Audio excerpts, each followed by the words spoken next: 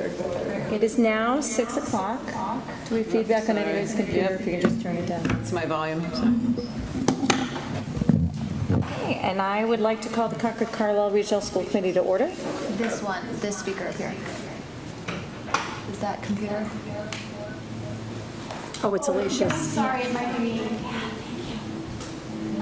Just mute it. Yes. Your region. I did the region, yeah.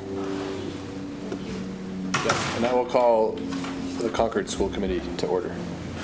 All right, and first up we have our consent agenda. I'm actually going to pull the July minutes off the consent agenda and move them into discussion after our workshop.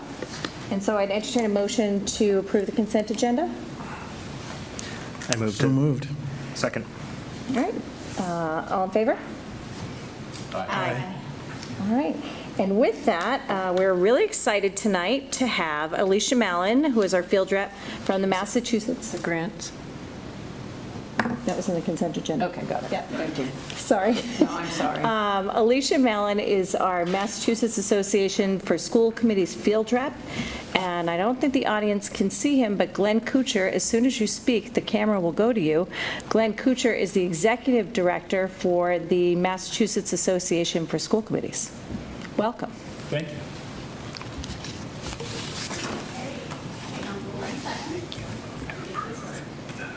July minutes instead of. No, I pulled it. Then we moved to approve the consent agenda.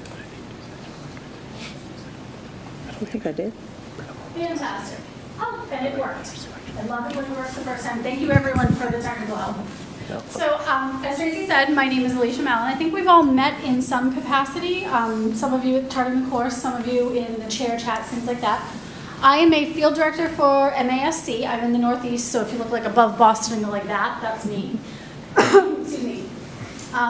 One of the great things about being a field director, a staff member at MASC, is nearly everyone in the office has either been or currently is a school committee member, and I am just now starting my 9th year. I started in my town, I did 5 years there, and I'm just now starting my 9th year. I'm on the Neshoba Tech School Committee. So we have sat where you sat, lots of us still sit where you do, so we know where you're coming from. So I was asked to come out tonight and talk about your operating protocols, but to start with some roles and responsibilities. So what we're going to cover tonight, and if I'm talking too fast, I'm sorry. I can still hear my public declamation teacher telling me to slow down. Let me know if I'm moving too fast. If you have any questions, feel free to interrupt me. We're having a conversation here tonight. This is a workshop for you all. So we're going to start with your role as a committee member and your responsibilities as a municipal legislature. And then we'll talk about some communication best practices and do an overview of operating protocols. And then I know you want to talk about your own operating protocols tonight too. So we'll finish up here. So, first up, this is a slide that should be very familiar to anyone who's taken charting the course, from candidate to colleague.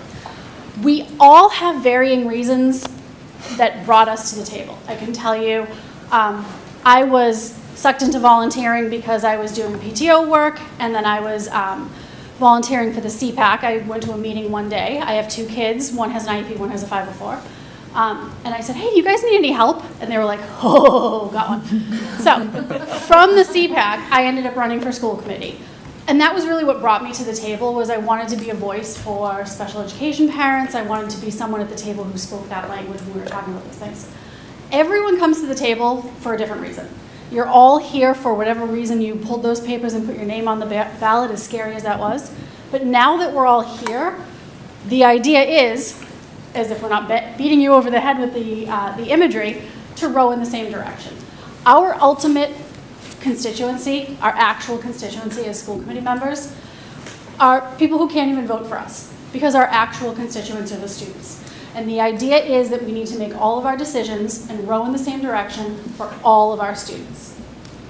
So, again, one that will be familiar to you all, understanding and respect for roles. So we start over here on the committee side. Committees are governance. You guys are the means, the mission, the vision, the goals, the policies, the budget. You are the what, the why, and the how much. The analogy, and if you've trained with me before, that I like to use is You know that your students need to learn how to communicate through the written word. Why?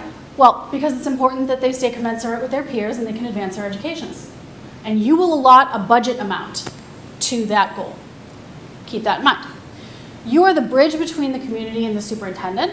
That doesn't mean that the superintendent doesn't hear from the community, but you are the representatives at the table where the votes are happening. And you authorize by a vote, and then you monitor. Now, on the other side, we have the superintendent. Your superintendent is your chief operating officer, boots on the ground, kids on and off buses, in buildings, having lunch, learning, and home safe at the end of the day.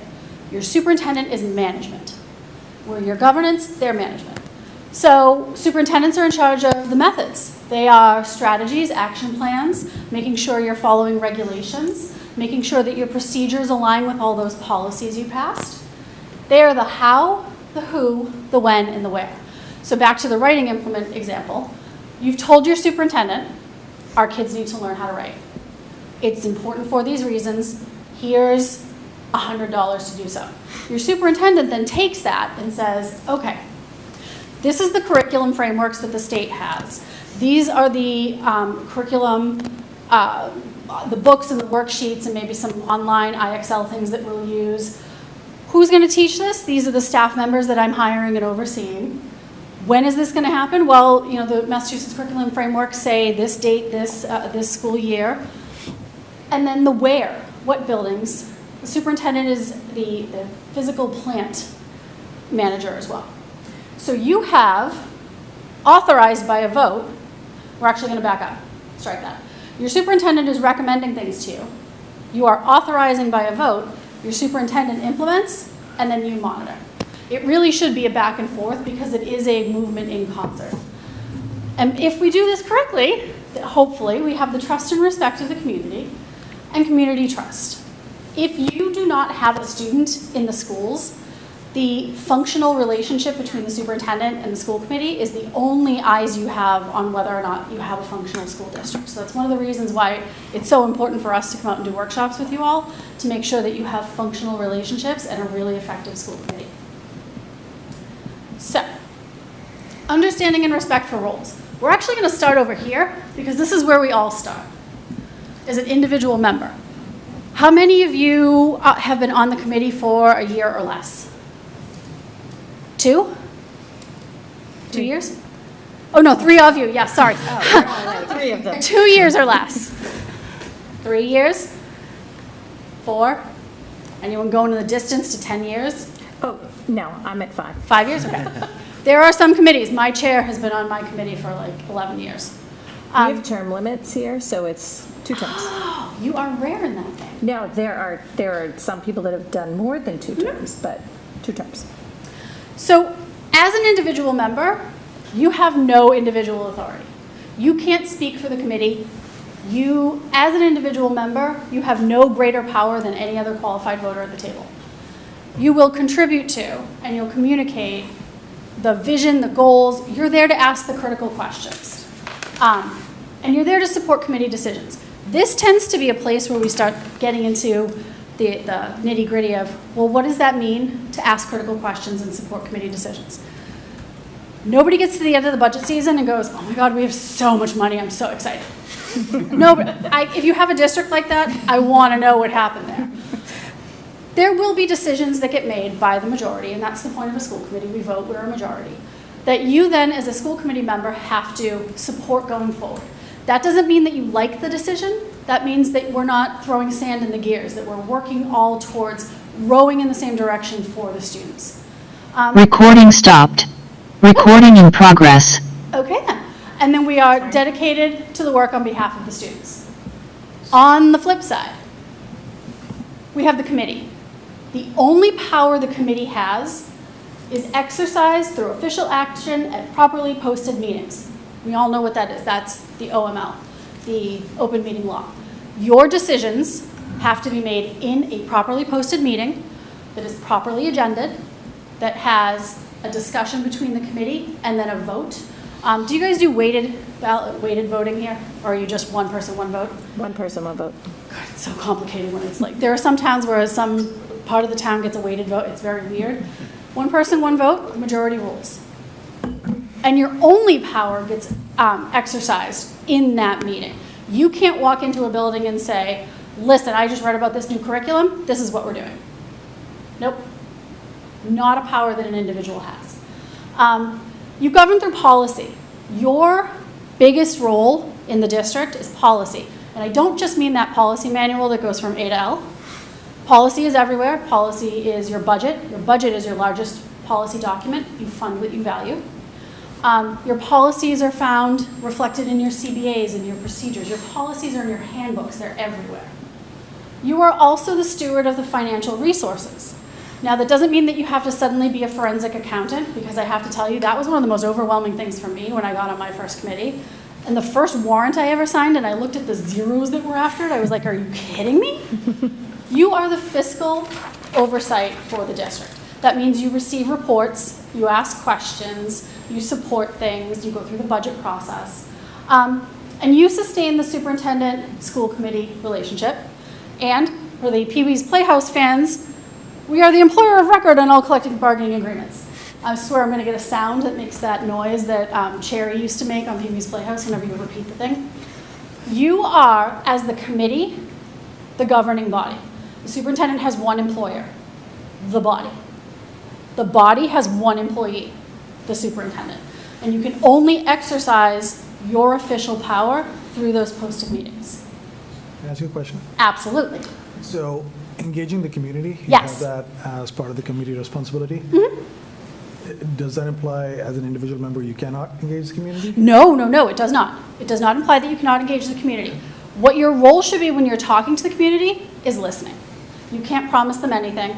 And let's be honest, none of you would be here if you didn't care. It's heartbreaking to have someone come to you and say, this is going on, can you fix it for me? And as we talk about in charting the course, there's that super secret fourth role, knowing where to send someone when when the end person is not you. Listening is actually your primary role when it comes to the community. All decisions and deliberations are supposed to be made in this room, but yes, you should be hearing from your constituents, 100%, but only in a listening role, and be very careful not to promise any action that you cannot promise them. Another question on that point. Sure. Earlier in your slide, you said that the prime constituents are students. Yep. In our capacity as the conduit for information, how does that balance out with our responsibility to our community and our citizens? So ultimately, your responsibility to your community is to create the next generation of people who will live in your community. We're having some Zoom audio Oh. issue. Is it the microphone?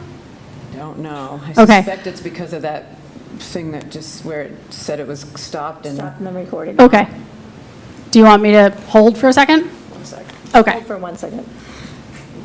We'll have a dance break. No, I'm kidding. We will not. I will not be dancing.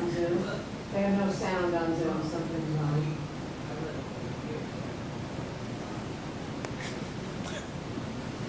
If I need to be at a seated microphone, I can do that. I don't know. Let's try that. It seems like the audio is stuck. I just got from someone on Zoom. Okay. Can they hear us talk? I don't, not really. So you could Bob Barker it and use one of these things. Good, yeah. So if I speak into this, can you hear me on Zoom? Hold on, I'm getting some live feedback. Yeah, if you could ask Barbara, that'd be, Okay. let me see. If I have to sit, I have to sit. She It's said the fine. recording is stuck in the loop of one word. Oh. I wonder what word it is. Oh, I hope it's a good word. Joy? Hopefully it's something I said with my ridiculous Boston accent. And hopefully it's the word dedicated. There you go, yeah. Or student, student, student, student. I was thinking on the way over here that tonight was going to be a big night for the Boston accent, because when I learned about Concord and Carlisle, I was in high school, and to me this is Concord and Carlisle. Yes. So it is stuck. My brain formed around it at that point, so That's what it is. it is Concord. Log out of Zoom and log back. Yeah, see if that works. All right. They can't hear us though when we do that. It might be that laptop, it's not on my end, I don't think so. You know what, maybe I'll make I'll make a document that says log out and log back in. Hold on a minute. Do that? We'll see if that works. Share it? I have to. Does the chat work? No. No. Barbara's saying it's on Minuteman's end. More with my hands. It's easier to hear. Yeah. Let me see if I Isn't that can weird? open this. How many people are in the Zoom doing it? Not many. Log. But then the recording, we won't have it. Actually, you sent out this slide deck. I'm just trying to find it. Maybe I'll just share my screen and put this on there. I believe I replied to one of Tracy's emails with the packet. Okay. It's Because somebody just came back in. I'm curious if it's working for them or not. Okay. Well, Barbara How can, about if I, Alicia, can you stop your share for 1 second? Sure. I found it. I'm just going to share this.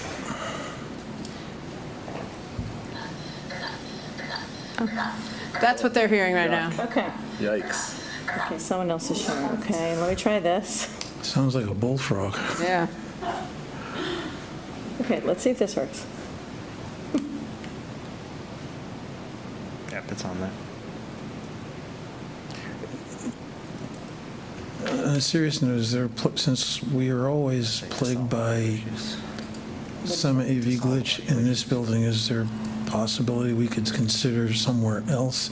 They're working on the upgrade. They were here today. We're making progress.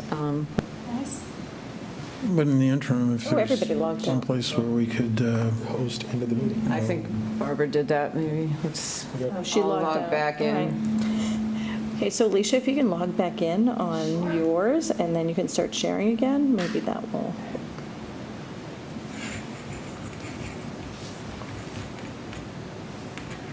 might be nice for us and for our viewing public to be able to- Recording in progress. Go back to Carlisle. Yeah, I liked that. That's fun. That's great. yeah.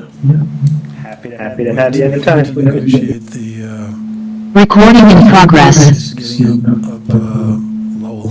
Oh, no. Oh, Michelle was missing. Just don't go Bedford to Carlisle right now. 5 o'clock at night. Yeah. Bridge one way. Oh, one right. lane. I read about that on Carlisle's. We came down and it was fine, but the traffic going Back. to Carlisle was ridiculous. Which, is it the bridge on Lowell? Okay. The bridge between Bedford and Carlisle over the Concord Okay. River. Oh, okay, okay.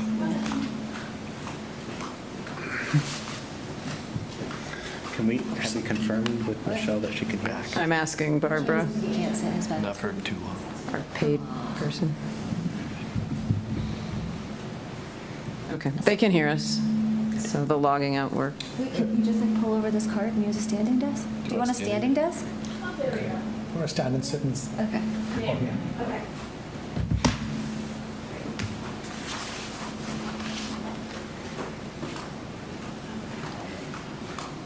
Okay, that should take care of it.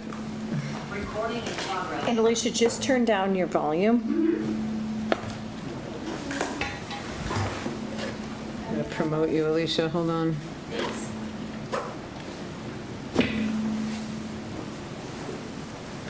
It's not letting me for some reason. Restart it. Technology, it's wonderful. Yep. It is your friend until it isn't. Indeed. Okay. Hold on, we just gotta promote you. It just says to promote Alicia. There we go. Okay.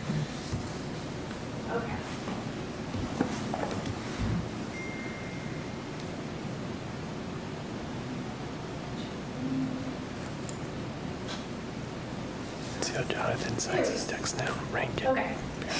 So, Michael, what was your question that you were asking right before? Again, in the balance between our constituents being our students and us being the conduit between our community and the administration, how do we weigh and how do we best balance that? Service to our students is one way to serve our constituents and getting the appropriate and correct balance between our constituents and the wider community. Sure, and there's lots of ways that you can that you can create connections with your stakeholders. There are many school committees that will send representatives to some of your stakeholder groups. I am the representative to the Neshoba Tech CPAC, tiny as it is, it's like, but then I can bring that information back to the school committee. I can bring that experience back. There's also opportunities for you to work with your town. Very often you'll have people who are representative. I'm also the Neshoba Tech liaison to the Westford CAT, the cable access television. I go there and I sit in the meetings and I listen to what they're doing and I bring that back to my committee. There's also, you should have student reps sitting with you. You guys do have student reps. That's a great way to do that. And then just the families in general, when you're making big decisions, if you can survey stakeholders on major decisions, you put your policies up for public comment. There are many ways that you can have that feedback come back to you. It doesn't have to be just one channel. And obviously a kindergartner is not necessarily going to know all the things they should know to convey to you, but the parents will. And inviting parents into spaces where you can to say, come to us and let us know what you think. Let us know what your concerns are. Thank you. Absolutely. Thanks. And if you walk around, just grab that handheld mic. Sure. Do either. Okay. I think the audio issue is an issue, and I think maybe the recording will resolve it. I'm not sure it's resolved yet. Okay. So it's fine, so just keep going. I'll just talk with my hands a lot. It'll get it out. So before we go any further, there's a lot of acronyms. There's a lot of words in education that we don't necessarily define. So before we go any further, we're going to define a couple. Your mission is why you exist. Your vision is the future you seek. Your overarching goals, your strategic objectives, your strategic plans, things like that. Those are your broad objectives. And then your SMART goals, your strategic initiatives, your action plans, those are all your specific short-range objectives. So like when we do charting the course, we show you the pyramid that ends with students. This is sort of the flow chart for what these things mean as they go from largest to smallest. So the school committee is the municipal legislature for your school district. Like any other municipal legislature, you have some very specific responsibilities. You are determining what your operating protocols are, how you talk to each other, how you talk to the administration, the rules of the road, sort of. You establish the rules for the district, which as a school committee, that means your policies. Your policy manual are the rules. You hire the chief executive, who is your superintendent. You originate and /set the budget and approve the expenditures. Here's the thing. Best practices budgets always start with the district, and then they come to you, and it's a collaborative process because none of us has eyes on, because we're not day-to-day management. We don't have eyes on the $100 worth of pencils we sent to room 5. That's the role of the administration. Generally, budgets will start with the administration, then it's a collaborative process between you after that. You have other special duties set by state law.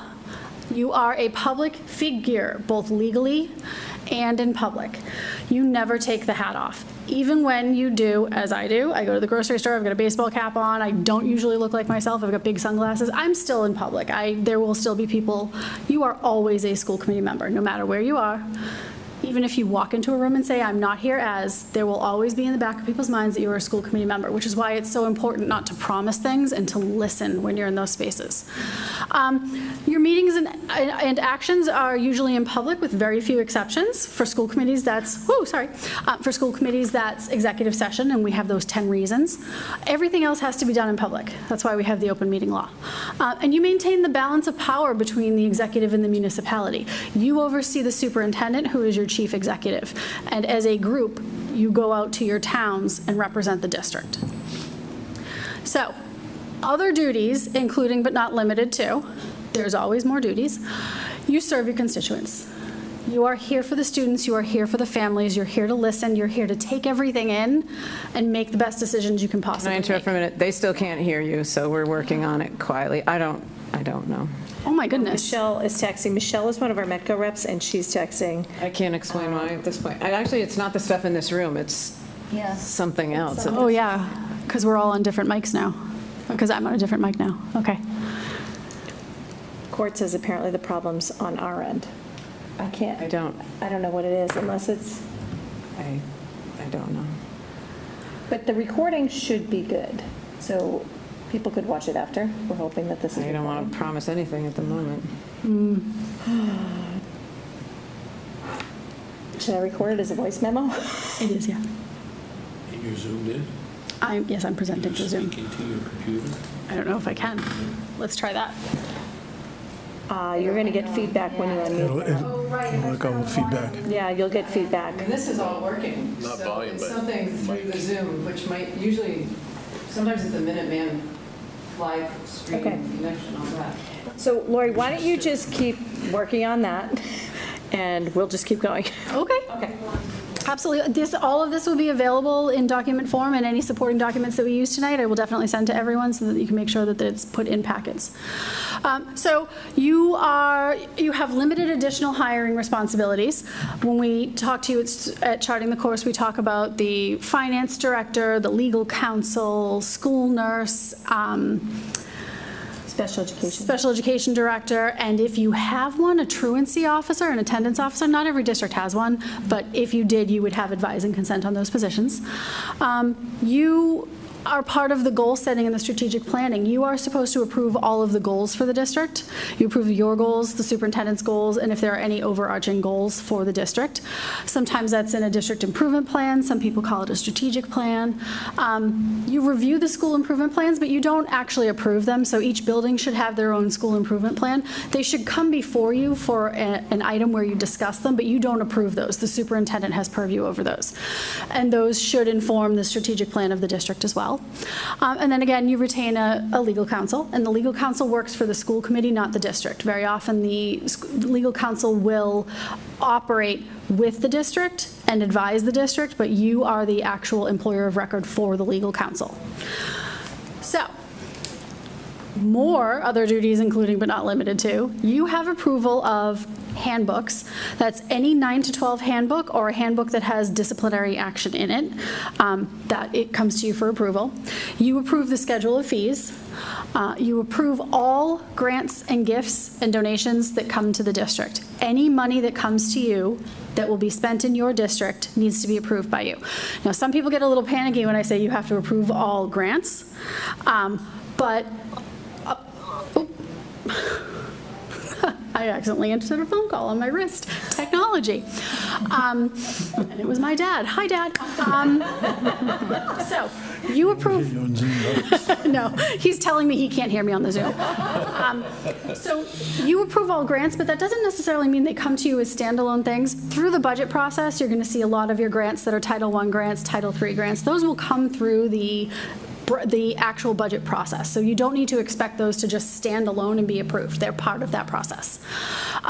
You also approve the strategic plans. Any overnight and out-of-state field trips, you have to approve. You approve the calendar. And sometimes there's things in your collective bargaining agreements and memorandums of understanding that will impact the calendar, but the school committee approves the calendar. And then you approve new and substantially different job descriptions. So if you have an assistant superintendent in charge of curriculum, and you're going to turn them into an assistant superintendent in charge of transportation, that is a substantial change. You would have to approve that. If it's minor changes within the already established job description, that doesn't usually come to you. And note, this is not an exhaustive list. So, when we're talking about your role in policy, we're going to step through a couple. Oh, sure. On the previous one, that substantial change in the job description, who determines that? So if there's going to be a substantial change, so say you were going to hire a new director of transportation, that's a brand new position, the superintendent should bring that job description to you for approval, and then the job gets posted and they go through the hiring process. You're not in charge of the hiring process, it's the description. So if the superintendent were going to change an assistant superintendent from curriculum to transportation, that new job description should come to you for approval. approval. And it usually originates with the administration and then comes to you. So what I'm gathering is the superintendent makes the determination whether it's a substantial change. Well, yes, that should be the superintendent's decision to begin with, because sometimes it really is a minor, it could be a title change, but the job responsibility really isn't changing, and the superintendent does supervise everyone below them in the district. So yes, it would originate with the superintendent. So we've had two, like recently. So one, we had co-principals at the high school, so we went from a principal to a co-principal model, so the school committee approved that. And then the other one I can think of is Bob and Shelley, so their jobs, they became assistant superintendents. It was a title change, so that came to us to approve the title. It was right before I came on the committee. Just a title change like that. Excellent. Okay, so we're going to step through pretty quickly your three main areas of your role in the district. So we're going to start with policy. Your role in policy. So policies are supposed to be very clear statements that set forth the purpose, and they prescribe in general terms the organization of the programs of a school district. The idea of a policy is to say, this is the groundwork we are laying for the superintendent, and then the procedures and the handbooks and everything else come from that. We do a lot of work with districts. We have a model policy manual. You guys have, I checked your model policy manual. You're online with us, and you have most of the same policies that we do. You have a few that we don't. Very common for districts to have their own flavor, but your policies should be the thing that everything else will get hung off of. Policies create the framework, and the superintendent and staff then discharge their duties from that framework. Policy changes generally originate from, you'll get a new Massachusetts general law, like we did when the MCAS ballot question was passed. Sometimes there's state and federal regulations that change. I know there's a lot of talk about timeout rooms and CTE regulations that are moving forward now. State and federal oversight recommendations. Sometimes there'll be less of a legal law change and more of a, this is the direction that the whatever agency it is giving to you, that might need to change your policy, or it might just need to change your procedures. And then strategic planning and goal setting might change some of your policies. Your policy you could do a policy manual review where you go right from the very beginning to the end. You should, in some schedule determined by you, your policy subcommittee should be reviewing your policy manual every once in a while. We send bulletins out that tell you, these are the major changes that have happened, but it's always a good idea to have a schedule. My committee does it. Every subcommittee member has been assigned a section, and we go through every once in a while, and we just make sure, is everything the way it should be? Do we have the correct terminology for things? Did we change something somewhere that we didn't update our policy manual to reflect that? And then policies are not in effect until they are adopted by the committee at that properly posted meeting. And we did a massive overhaul. I think you were part of that with Carrie and Julie and Cynthia last year. Yes, I came in at the tail end of that. Yes, so we did a massive overhaul. So that I think our goal for this year is to do policy in the committee meeting with the entire committee and just go through the MIC updates. Is that? That is perfectly reasonable. Okay. There's no reason to review your entire manual every single year. You want to keep an eye on the things that are changing and then set up a schedule where you're dipping in every once in a while to make sure. Sometimes the superintendent will get a blast from DESE that says you all need a policy on this. The superintendent will let you know. We send out bulletins. Those are the changes you really need to pay attention to, and everything else is just making sure you're keeping current. And new members should always, go through your policy manual and get a feel for what's in there too. And do you have a recommendation for how often to review the entire manual? Honestly, it depends. I would say if you've gone more than 3 years and no one's looked at all of your policies, you should take a look. Okay. It doesn't really require a full overhaul, but someone should be reading through. We do changes where we no longer say school system, we say school district. We're changing a lot of the wording in our policies. We don't necessarily, unless it's required by law, we don't necessarily use the word children. We use students because you can be up to 22 in a district. I have an 18-year-old who's just started his senior year today. So there are not necessarily children, but they are your students. So there's wording changes that can happen, I would say, every 3 years. You should definitely be looking through everything.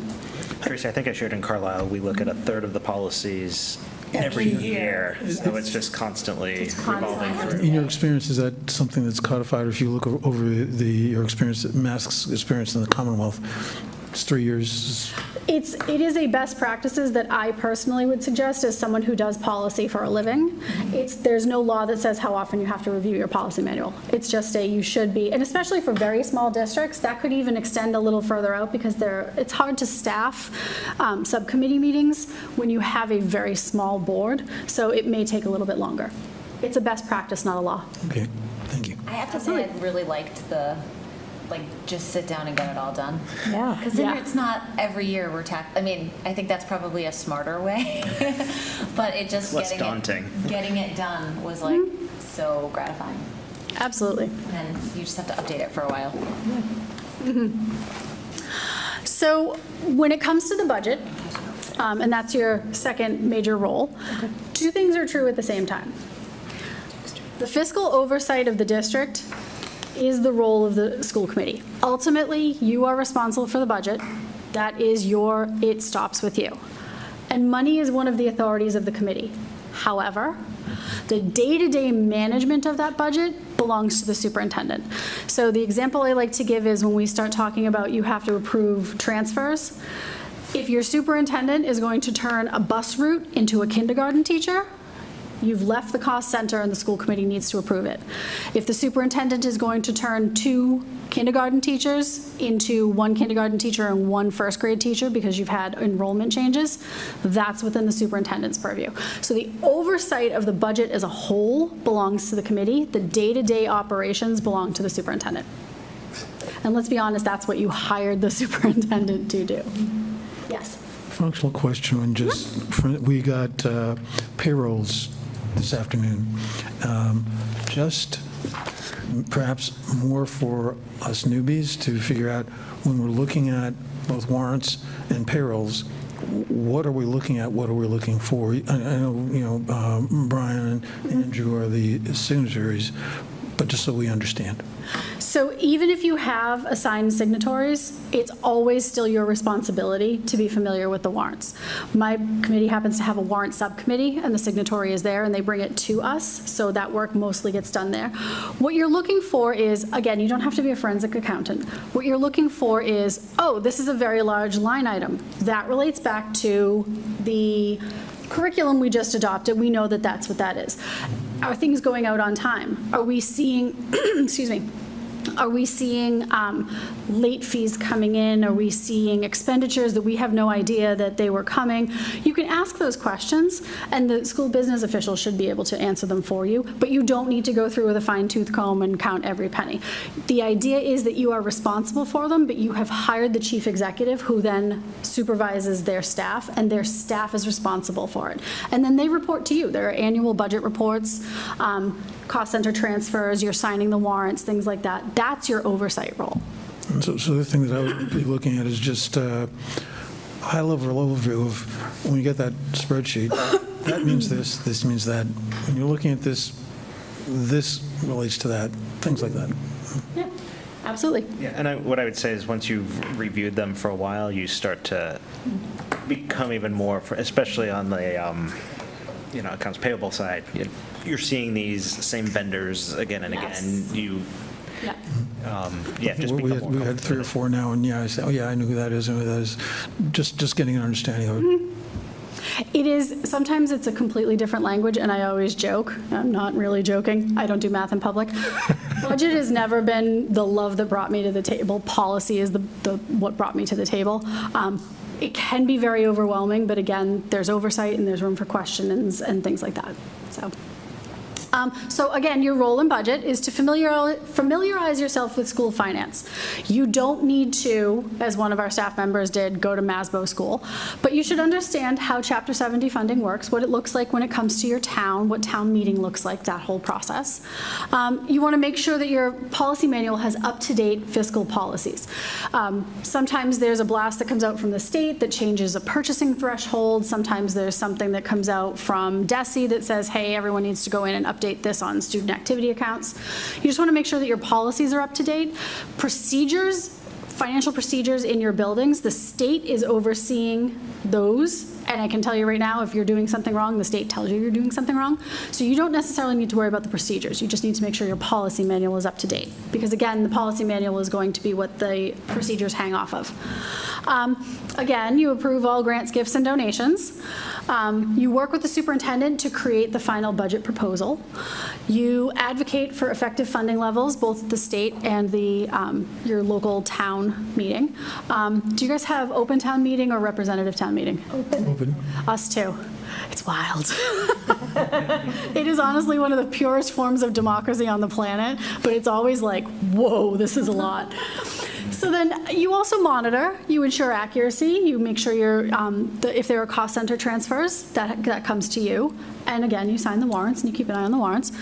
We have another slide about warrants because. And can I just interrupt you for 1 second? And we are going to have a budget workshop with Bob. Bob is going to run one for the school committee, kind of, you know, what is circuit breaker? How does it work? I mean, you get a piece of that at charting the course, but I think to get it more in depth and see how it really relates to us. So that is coming to the full committee at some point as kind of part of this, you know, new member onboarding. I love that. That's great. Because it is a whole other language that most of us don't speak in our daily lives. So we did talk about this earlier, that warrants must be reviewed and signed prior to the bill being paid.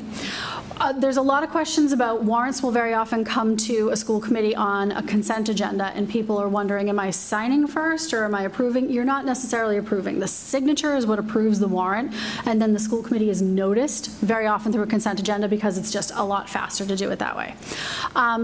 Per recent MGL, you can have a single signatory. I would always recommend that you have an alternate. A couple years ago, my first district did it so that we couldn't get 3 people to commit at the same time over the summer. Everyone's in 5 million different places, so we designated a single signatory and then an alternate. If the committee chooses to do a single signatory, definitely needs to be on the next agenda, but again, even that signatory doesn't wipe away your responsibility to make sure you're familiar with your warrants. And then you know what it is that you've approved. You've been given a chance to ask questions. Generally, if you go into the business office, there's the warrant book and all the signatures are there. You can ask for updates. I love that you guys are going to do a training on that. That is fantastic. I think there are a lot of committees that could benefit from that. And we are single signatory. We've done it both ways since I've been on here. We don't have backup, so if we had a backup, we would vote that as being a liaison. Vote an alternate signatory. That way, if you need to keep the lights on, you need to pay your teachers. If you can't, if something happens and that one signatory is not available, you don't want to have to call a meeting. Have an alternate, designate an alternate. And so the single signatory, we always have in our consent agenda. If we go back to the way we did it before, you need a majority of the committee signing it or a subcommittee. Can you just talk through a process that wouldn't be single signatory? So I believe if you don't do the one signatory, you would have to have a majority of the committee sign, which is what makes it then complicated when you have to bring all those people in, especially when you're talking about a regional, which is why the single signatory is so much easier to do. Okay. Yes. Thanks. And then your role in personnel. So this is the big 3, policy, budget, personnel. As we said earlier, the committee has 1 employee, the superintendent, and the superintendent has 1 employer, the committee. You are responsible for hiring and retaining district legal counsel, and then the advise and consent on the assistant superintendent, the business manager, director of special education, or student services, some districts call it, and then physicians, nurses, and the attendance officer. And that's a yearly appointment that would happen, the physicians, nurses, and all those others. An attendance officer, if you have one, not every district has one. So, from here, sorry. Can I just ask a question? Yes. Is there a place that has all of that, listed out, just for reference besides the slide deck, in terms of who the school committee? So we have documents on our website that, we have member handbooks on our website that you can pull down all of the stuff that this came from, and yes, it says it there. Okay. And you have updated the website this summer, so you have a lot more documents on there for reference. We are currently updating our website. Like the field directors have dispersed into all the documents, and we're editing them and bringing them back, and we're actually creating glossaries because people are like, what is FERPA? Here's what FERPA is. So we are definitely updating our website as we go, but there's a lot of good documents you can pull down there, and our roles and responsibilities document is there. Perfect. And actually, that one just got updated. So additionally, you establish and keep current personnel policies. There's a section in your manual, G. You establish compensation. Now, what that means is you are the collective bargaining agent. You establish a range for other staff. You're not approving individual salaries for your assistant superintendent, your director of student services, but you are establishing the range of compensation. And then you are the employer of record on all collective bargaining agreements, and clearly you sign the superintendent's contract and you evaluate the superintendent. And again, that super secret fourth role, understanding who to send someone to when it's definitely not you. One of the best things the district can do is to put together that flow chart of who is responsible for what. I had a principal a few years ago, one of my kids had. She had this great handout that I stole and scanned, and now I can't find. And it was a telephone, and it said, who are you going to call? And it said something like, the pizza was burnt for the 3rd time this week. Who am I going to call? Food services. My child is getting too much homework. Who am I going to call? The classroom teacher. So you're not answering all of those questions for people because it's not your role, but you know where to send them. It's super frustrating when you don't know where to send people, and working with the superintendent to have sort of that org chart, that chain of command to know where those questions should be directed is extremely helpful. So, next up, before we get to operating protocols, I just want to go through some communication guidelines for committee members. We talked earlier about remembering that you only communicate as an individual. You cannot speak on behalf of the committee. We've already done a lot of these, so I'm going to probably move through these a little bit faster. You need to avoid violating the open meeting law. They're inventing new and exciting ways to violate open meeting law every day with social media. And it's happened in multiple places. You post something on Facebook. You tag him. You like what just got tagged. You just created a quorum and you didn't even know you did. And whether or not the Attorney General's office will say to you, that was definitely an open meeting law violation, remains to be seen, because again, it's the open meeting law, your deliberation should be in this room. But if you're spending all of your time saying what I did was legal, you're not doing the business of the district. So be very careful about how you interact on social media. Do not deliberate on social media. Again, it should be that listening position. You should be hearing from people, and the discussion should happen in the room. And any opinion is deliberation. It's a gray area. Communicating your opinion out to the committee. Yes, you shouldn't be making your decision prior to being in the room anyway. So yes, don't express an opinion. You can say, thank you for sharing that with us. I understand that you're very concerned. Here are the resources that the district has put out, and we're going to talk about this in a meeting on this date. Okay. Can I just build upon that? And Alicia, just for your benefit, I'm the chair of the Carlisle School Committee, so some of the things, yes. I'm being a little selfish here and asking questions. Double dipping. But what about individual members, whether it's sending out an article, email, text, reaching out to the full committee as not as the chair, but as an individual member? Like what? So here's what I would tell you. If you want to share something, send it to your chair or send it to the superintendent. Okay. You can informationally from one source. The chair can share information, but I would not be sharing outside articles in that way. If you want to discuss an article that is about something that is happening in your district, bring it to the table and discuss it then. But I wouldn't share things that are opinions in emails. The chair can do housekeeping things, the chair can send out information, the superintendent can send out information, but keep those lines very clear that this is just informational. So it's not, I'm going to make up a situation. You found an article about a great policy that another district wrote. That's something that should be discussed in the policy subcommittee. It shouldn't be shared around as an email and people start talking about what's in the article. It should be in the policy subcommittee. So always move informational things like that to the appropriate subcommittee or the full committee. Your email communication should be informational only. Make sense? I think so. So I know it gets to the point where you're very concerned about communicating because you don't want to run afoul of open meeting law. And information only and only coming from the chairs? So to the full committee, I would say the chair is the best communication pathway. And that is because when you start sharing one person, you can create what's called chain deliberation. And we don't want to have that happen. So it's much easier for, and we can talk about this in your operating protocols, a good operating protocol is to have the chair be the primary communicator. So the chair and the superintendent would be meeting and establishing agendas, things like that. The committee should be telling the chair, I would like this on the agenda, or I need this information, and then the chair would share that back out informationally, so that it's a very clean, clear chain of communication.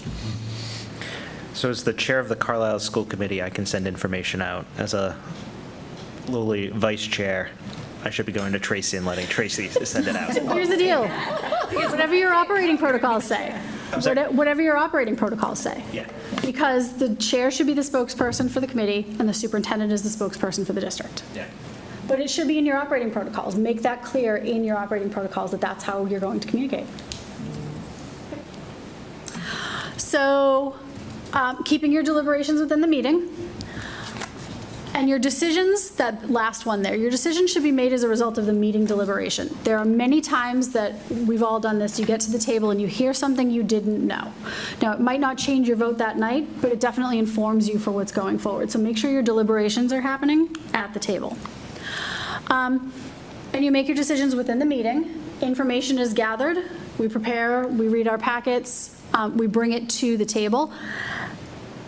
It is very hard to do this, but your decision should not be made on what is the most popular thing happening on social media. Everyone's taken charting the course. You've seen our Edmund Burke quote. The body together is what is supposed to make the decision, and you should be making those decisions in the room, not just based on what's happening in the cacophony around you. Direct complaints and concerns through the appropriate channels. Again, that who are you going to call? Where am I supposed to go to make sure that I'm sending this person in the right direction? Keep privileged information private.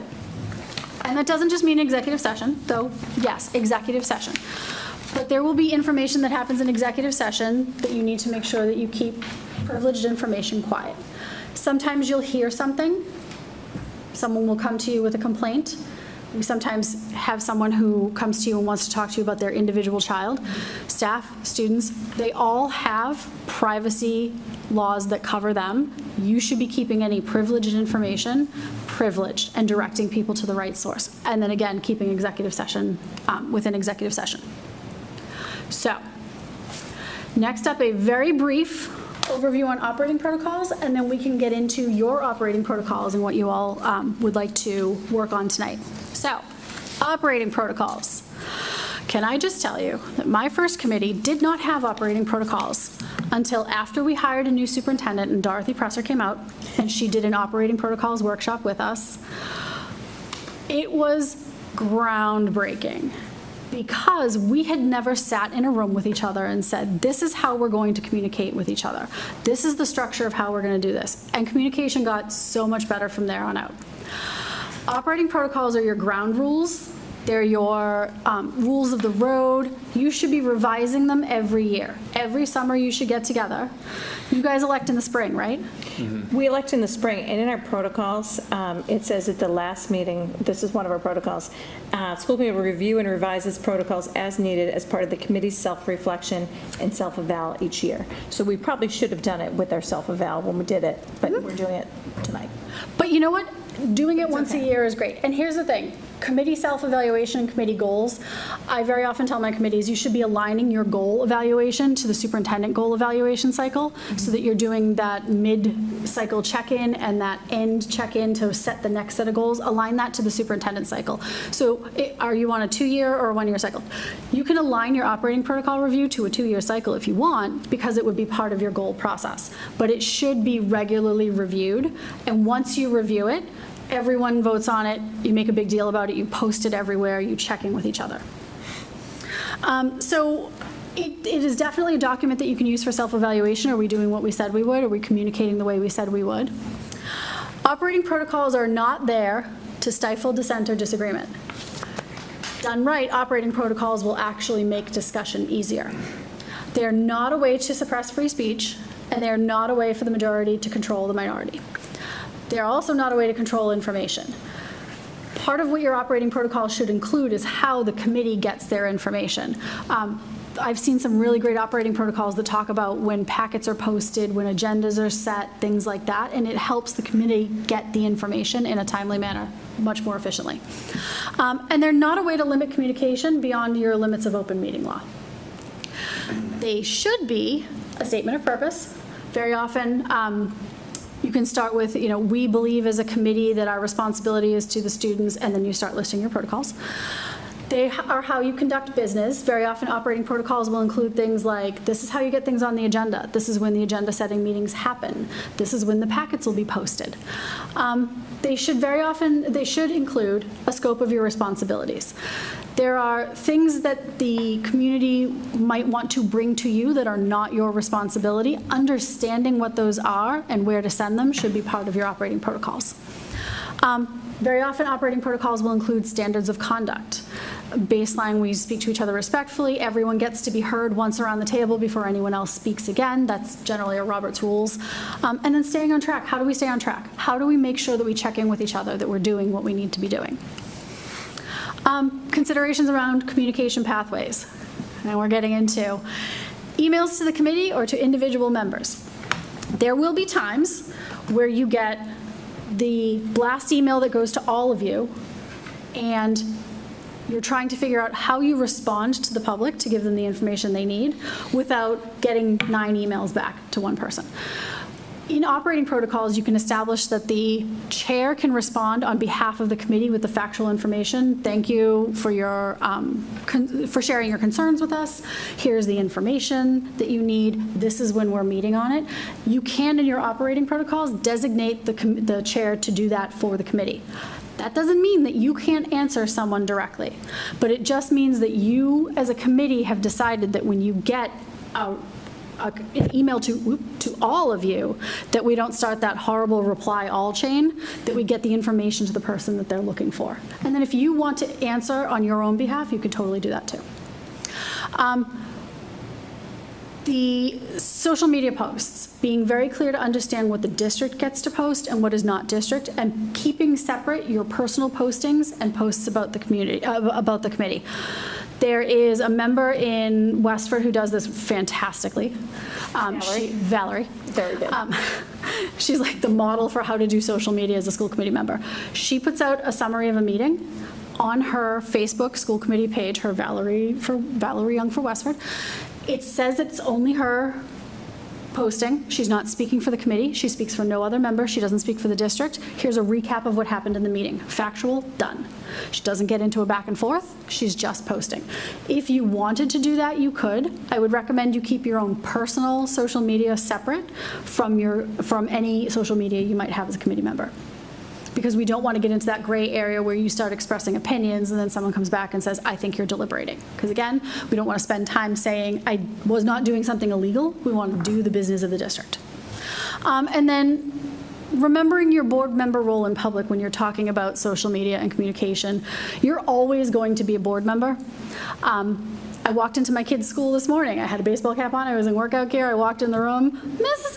Mellon, how are you? They all knew who I was. You are always a board member. You're always a committee member, even when you're there on your own behalf. So you need to understand that when you're talking to people, again, listening and not promising, collecting information, sending people where they need to go, and keeping the deliberations, the lights just went out, keeping the deliberations at the meeting, at the table.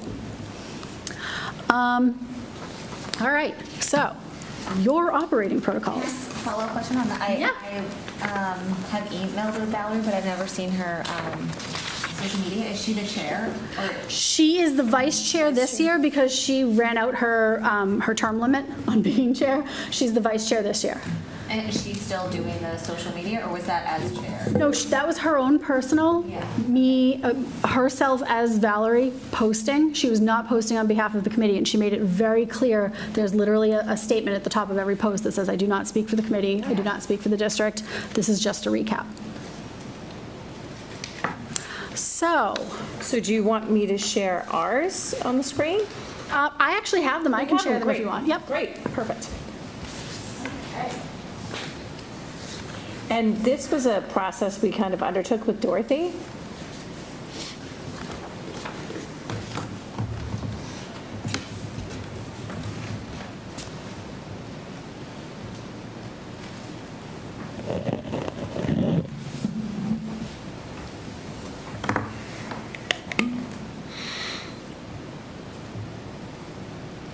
And Alicia, do you have a recommendation for, or Glenn, you can answer it too, either one of you. I've seen a lot of school districts where the school committee signs them at the bottom and posts them on the website. Do you feel as though that's more effective to have each member signing them or not signing them? Or?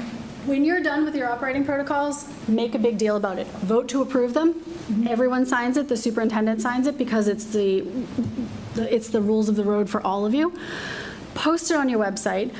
When you go to the tab under your, policies and things like that, have it there. You can print it and have it at meetings. But yes, I would make a big deal about it, because here's the thing. We come in to train you guys all the time. You come to chart of course. We are available to you. The public, for the most part, does not get that insight as to what it is you do and how you do it, and the reasons why. Right. Why you have to make certain decisions at meetings because of open meeting law. Why you can't get into the weeds on a personnel issue because it's not your purview. Having your operating protocols out there is another way that you can educate the public as to what it is that you can do as a committee and how you do it.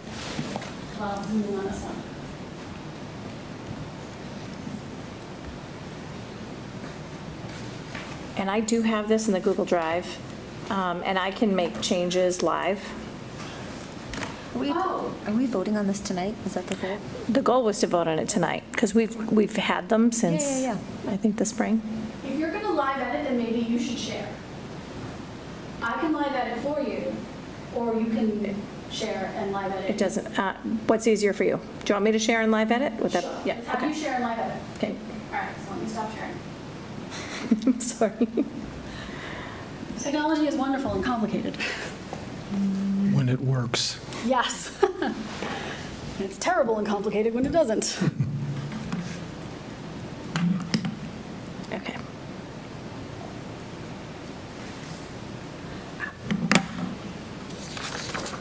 You make that bigger? Yeah. I love it bigger. Oh, there we go. There we go. I have a hard time seeing at night.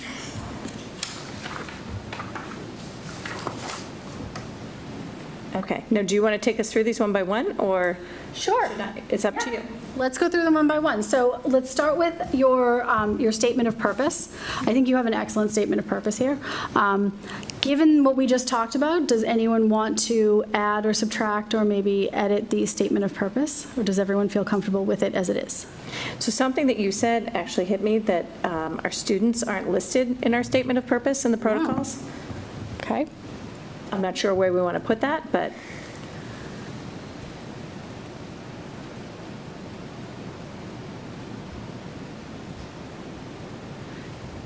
So maybe what I would suggest is a we believe statement. Mm-hmm. We believe that our students. I'm just going to put it here for now. Sure.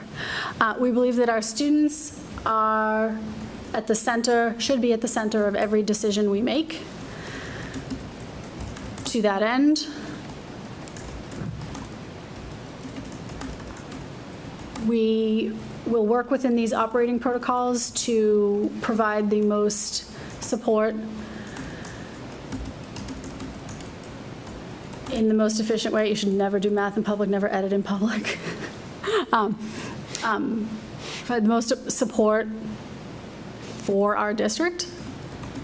Feel free to wordsmith that. Everybody take a look at that.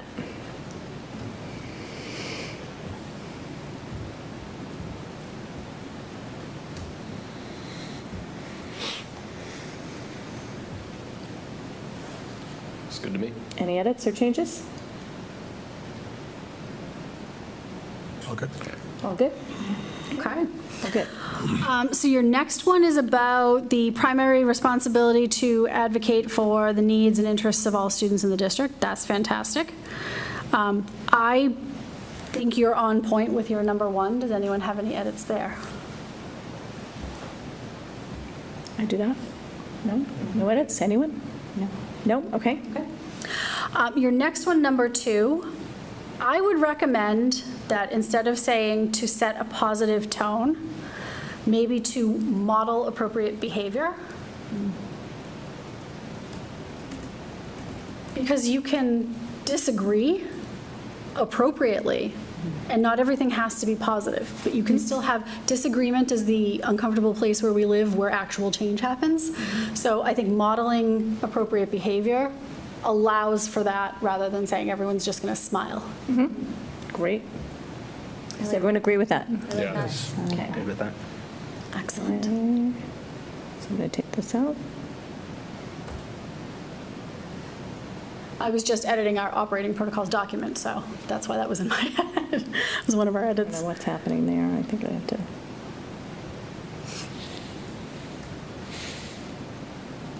I might just have to fix that.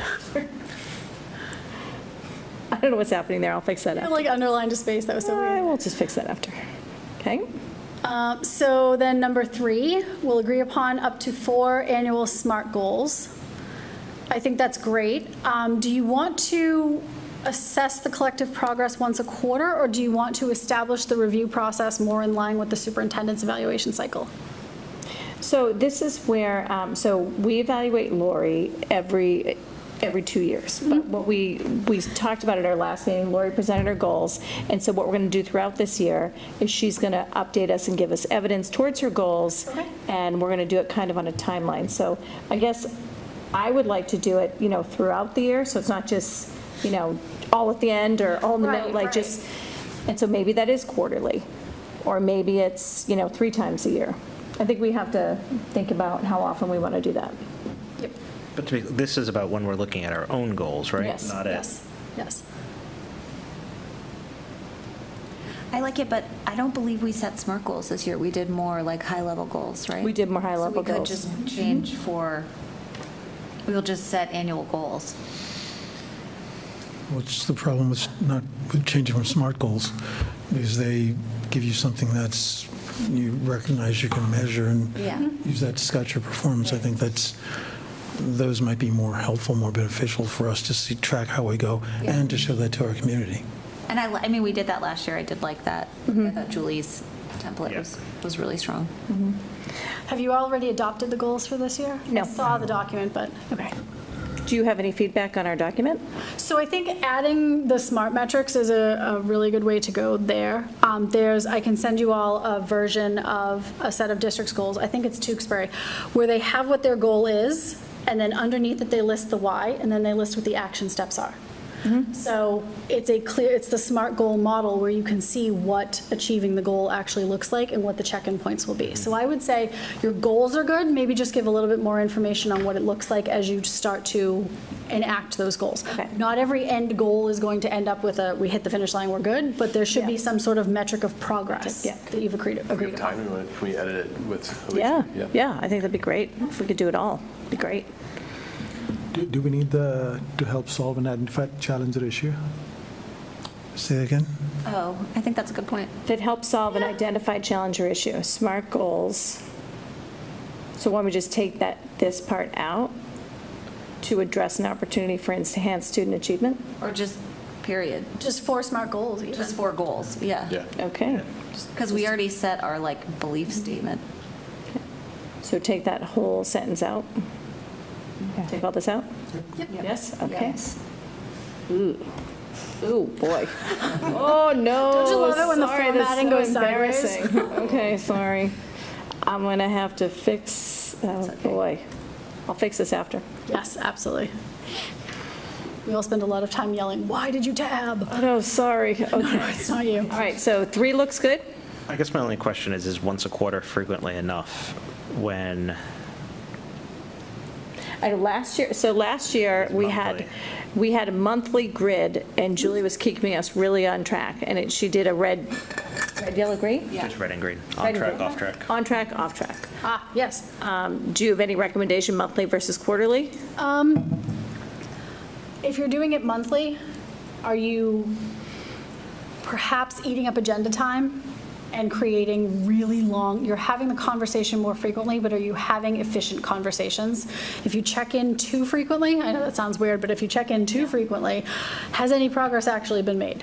So I would say monthly is probably too often. Okay. I agree with that because I do think that what we have to work on is having more efficient meetings, because our meetings are tending, it's 3 hours plus. Set a goal around that. So I would love to set a goal around meeting efficiency. So there's actually a presentation being worked on right now for the conference titled, "Do we have to meet until midnight?" The answer is no, we do not. Well, and I think part of what we're doing now is we're splitting the regional meetings from the Concord public meetings, and I think that will help. But we need to be more efficient with our time. So I guess I would opt for quarterly. Are there, oh, so no, different subject, sorry. Okay. No, I was thinking about that question about efficient meetings, but that's not what we were talking about. We will talk about that later. So here's the thing about quarterly. Do not let perfect be the enemy of good here. Okay. If you go through this year and quarterly isn't working, change it. Okay. Those are your operating protocols. So that whole goal, I feel like, we can just shorten it and just say 4 annual SMART goals and evaluate it quarterly. Yeah. Okay, I love that. Okay. Evaluated quarterly. Yes. Is everybody good with that? Yes. Okay. That's going to help me. Quarterly. Maybe I have to take all these underlines out. Yeah. Oh, what is that? I'll fix it later. Okay. Are you center justified? Yeah, probably. Probably. Don't worry, it's all good. All right. Okay. Oh, yes, I am. Thank you. Good catch. Be fine. Oh, this is also center justified. Okay. Okay. So ready for 4? Yep. Okay. The only edit I would offer you for 4 is take out the and put all. All students, not the students. Okay. Exercise leadership on behalf of all students. Ooh, I like that. I like that too. Okay, any other edits? Nope. Okay, 5. Oxford comma, sorry. Oh, where is it? Tell me, Sandeep, I love it. Oh, yeah, no. Policy making. After an policy Oxford making. comma stan. Thank you. All right. I keep putting them in, and some not people in an our Oxford office keep comma taking them out. Policy subcommittee. I rely on Grammarly to help me with that. Yeah, ChatGPT. You either are or you are not. All right, 5. So we did just talk about this for communication pathways. So I have a question here.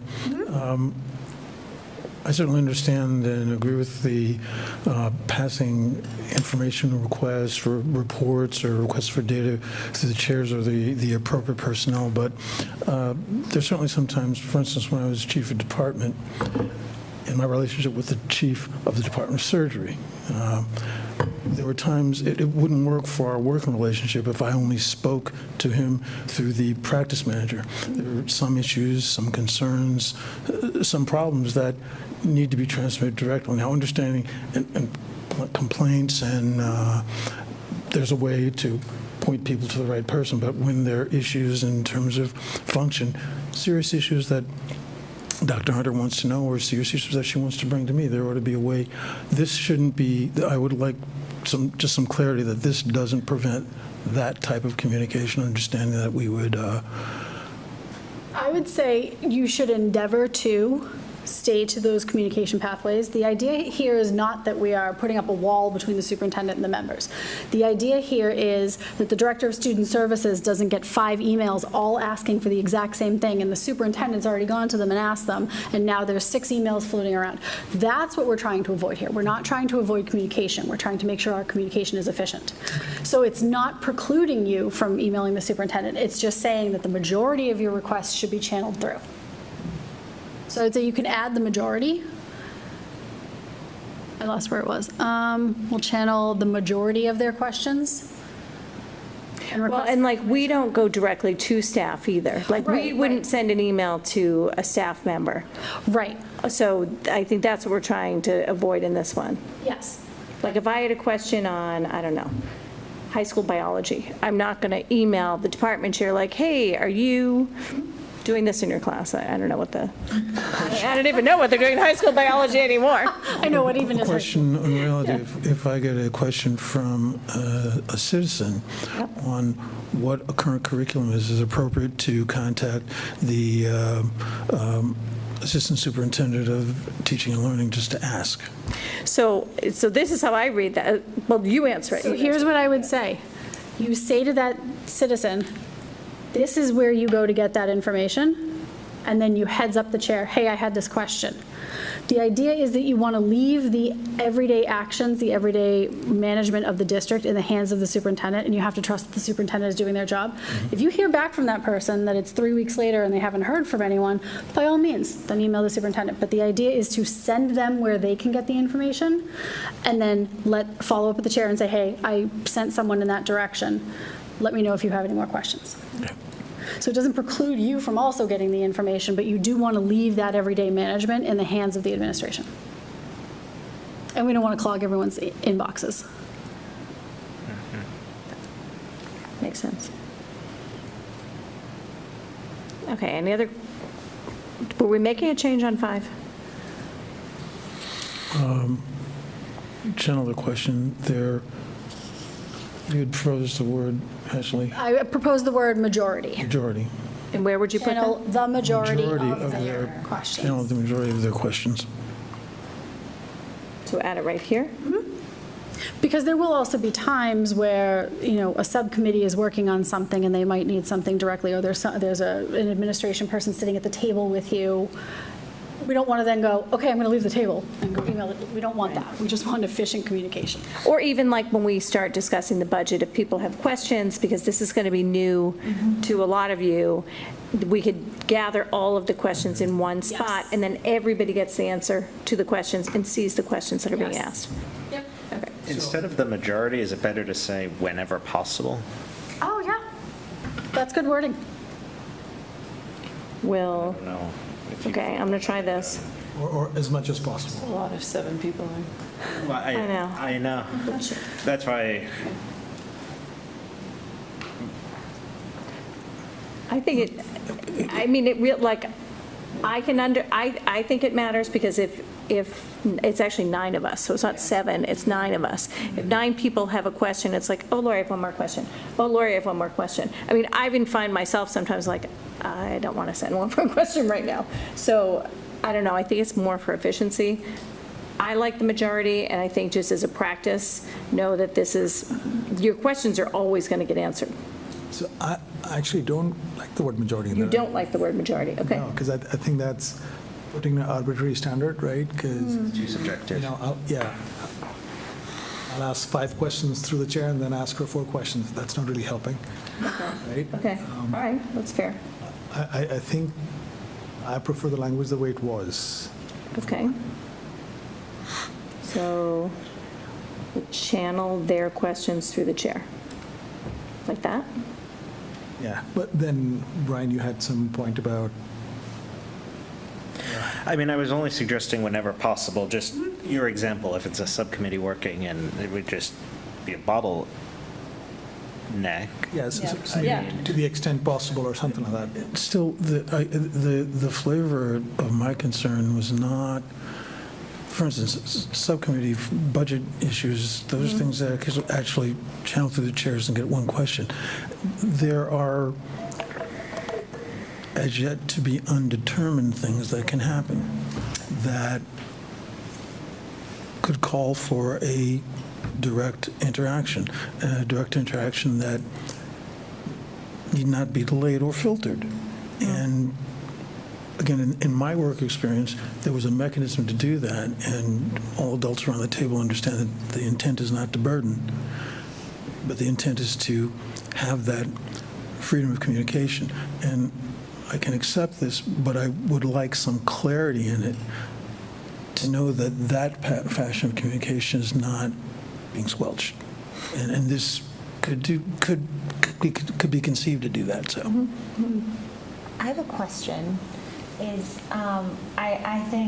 think there's a lot of value in channeling questions through the chair. The chair chairs determine the agenda and are navigating a lot of aspects of the details. And then I think from an efficiency standpoint, I guess to Michael, your point, the less so about questions, but more about conversations, have the ability to have a conversation, not in a quorum, but just an opportunity to have dialogue outside of this room. Is there an opportunity for not a quorum, but like 2 members to sit down and have a conversation quarterly, or, like, I don't want to overburden Lori, but I do think those conversations can be impactful. I don't know. So I would say, excuse me, I would say that there's always the option for members to speak to the superintendent. That's 100%. That's, yeah. I would say having a conversation, like if you wanted to suddenly have a conversation with, say, the director of student services about something that you didn't understand policy-wise, et cetera, that would be something that I would still channel that request through the chair and the superintendent. But members are always free to email the superintendent and say, hey, I have a question about. So I agree with both. It's a good relationship. I agree with both of your statements, and I would want the clarity in this clause to make it clear that both of those statements can be true. As it stands, it's not clear to me that it is. Okay. So let's wordsmith fashion this clause so that it speaks to that. So what if you said, school committee members will endeavor to channel their requests for information from the staff through the chair and the superintendent? That leaves the path to the superintendent open, but says that there shouldn't be 7 emails to the director of student services. I still think that, like, I think there's value in, like, hey, I have a question about this policy, like giving that to Lori Andrew or Tracy, just to collect them all. So there's, like, you sit down with Lori, like, if I meet with my manager, I don't just pop every question I have to that person. I collect them, and then when I have a handful, unless there's something urgent, I'm like, hey, a couple things I want to talk about. So I think there is value from an efficiency standpoint to say, so if it's not an urgent, pressing question, I think there is value in, that's my personal opinion. Well, what if we establish something else, which would be like a quarterly meeting, and because there are 9 of us, maybe partner up, That's what I was saying, is like not a quorum. Like not a quorum, like 2 or 3 members together could have a meeting with Lori to just have conversation. Lori's like, whatever you want to do. Sorry, I'm just trying to be efficient about this. I do think that the amount of email traffic is really heavy. I mean, I've had some challenges responding to some emails efficiently and on time. So I think there's a balance of 2 things, because I think what you're looking for is conversation, or just even like, hey, it was just. I guess I'm not looking for conversation. I'm looking for access and dialogue when necessary, and it's not going to come on a quarterly basis. We don't know when it's going to come. I just don't want this clause to foreclose that option. And the concern I have is that the language can be construed that way. So just to, and so everyone said, I agree. Questions on budget, a question on policy, but there might be a crisis that comes up. And to use this to say, well, no, we can't talk about that, we wait a quarter, or filter what could be a closely held concern through someone else, might lose the flavor that I could bring to it if I'm having that direct communication. I don't want this clause to be used to potentially derail that. So fashion language that, yes, that business issues, questions about staffing changes, all that can be handled through one avenue, but it shouldn't preclude us being able to have to and fro conversation with our superintendent under conditions that only we can determine at the time. So you want something like a catch-all at the ends that says certain scenarios you might have to do this, we don't know what those are. Hard to define that which hasn't taken place, but we should not preclude it from being able to take place.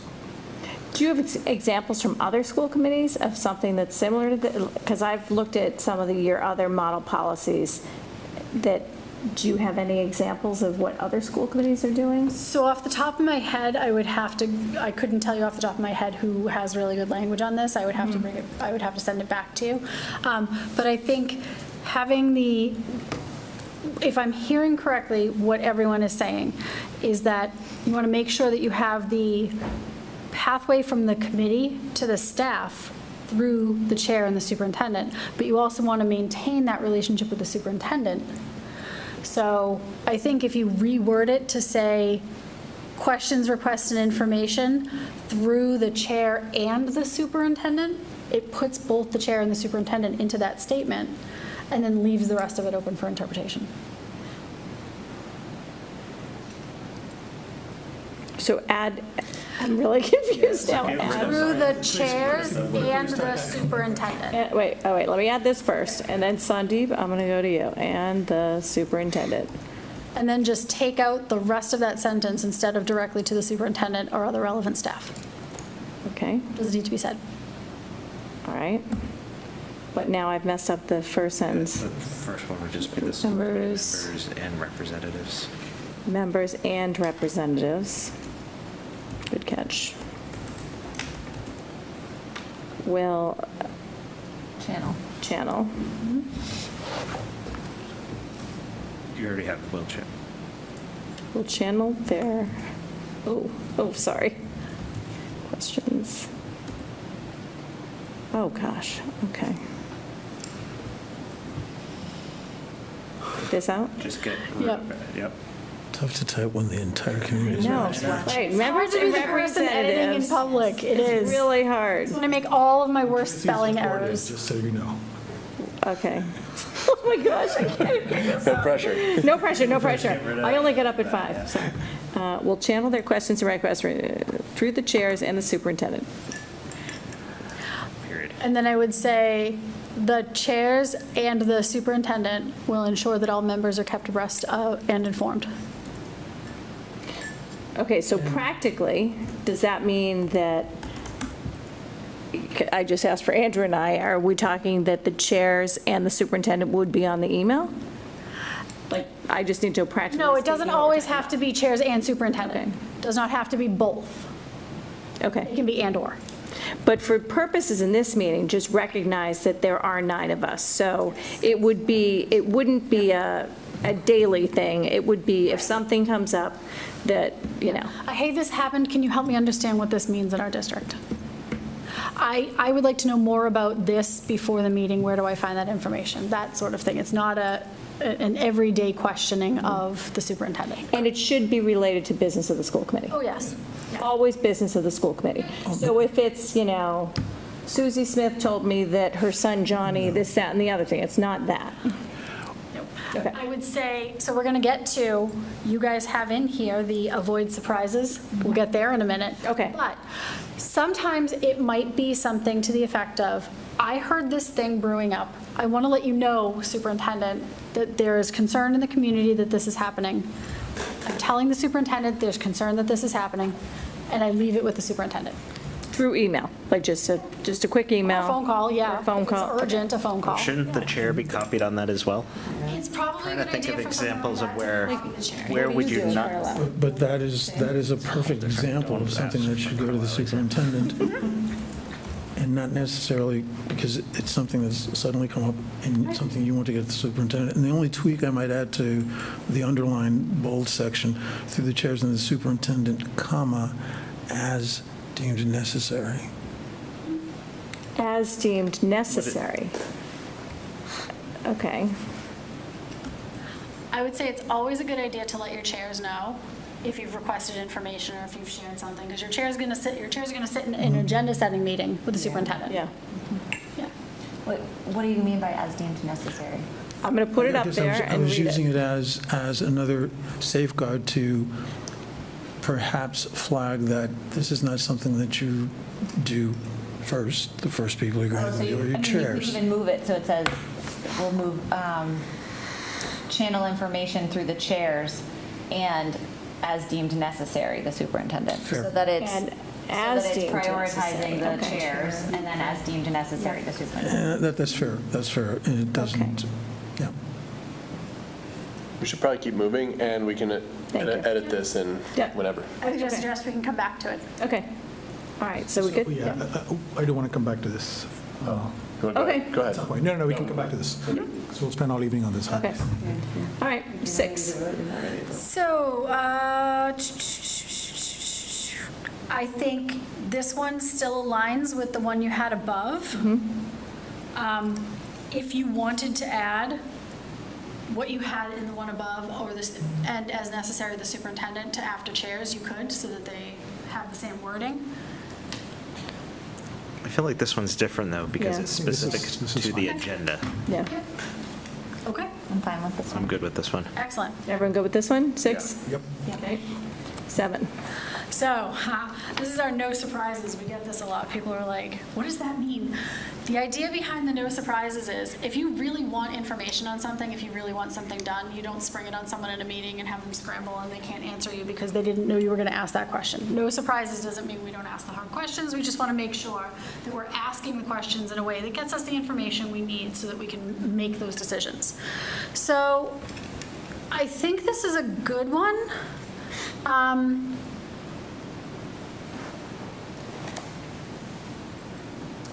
I would be a little wary of saying, short of a significant crisis, it's inappropriate to share grave concerns for the first time at a public meeting, because what is an inappropriate, so what is a crisis? So we could take this out? Yeah. I do think that, Are you saying One take thing the is- whole thing out, or just take the that whole short of thing out? significant crisis? I would take that whole last sentence out, because sometimes things happen that you don't know about until that evening, and the superintendent has to give you an update about something that happened an hour ago.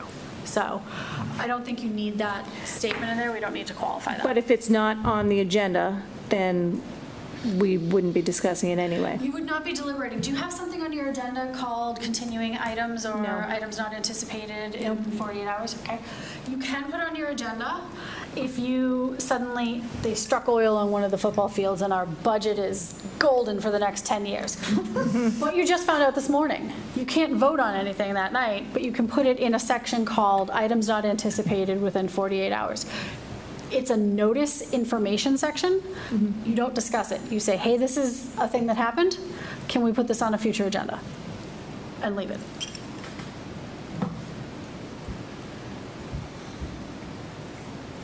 Anyone have thoughts on that? We really are struggling with efficiency, so I mean, I think that could really open up a can of worms. That's just my feeling on it. I don't, yeah.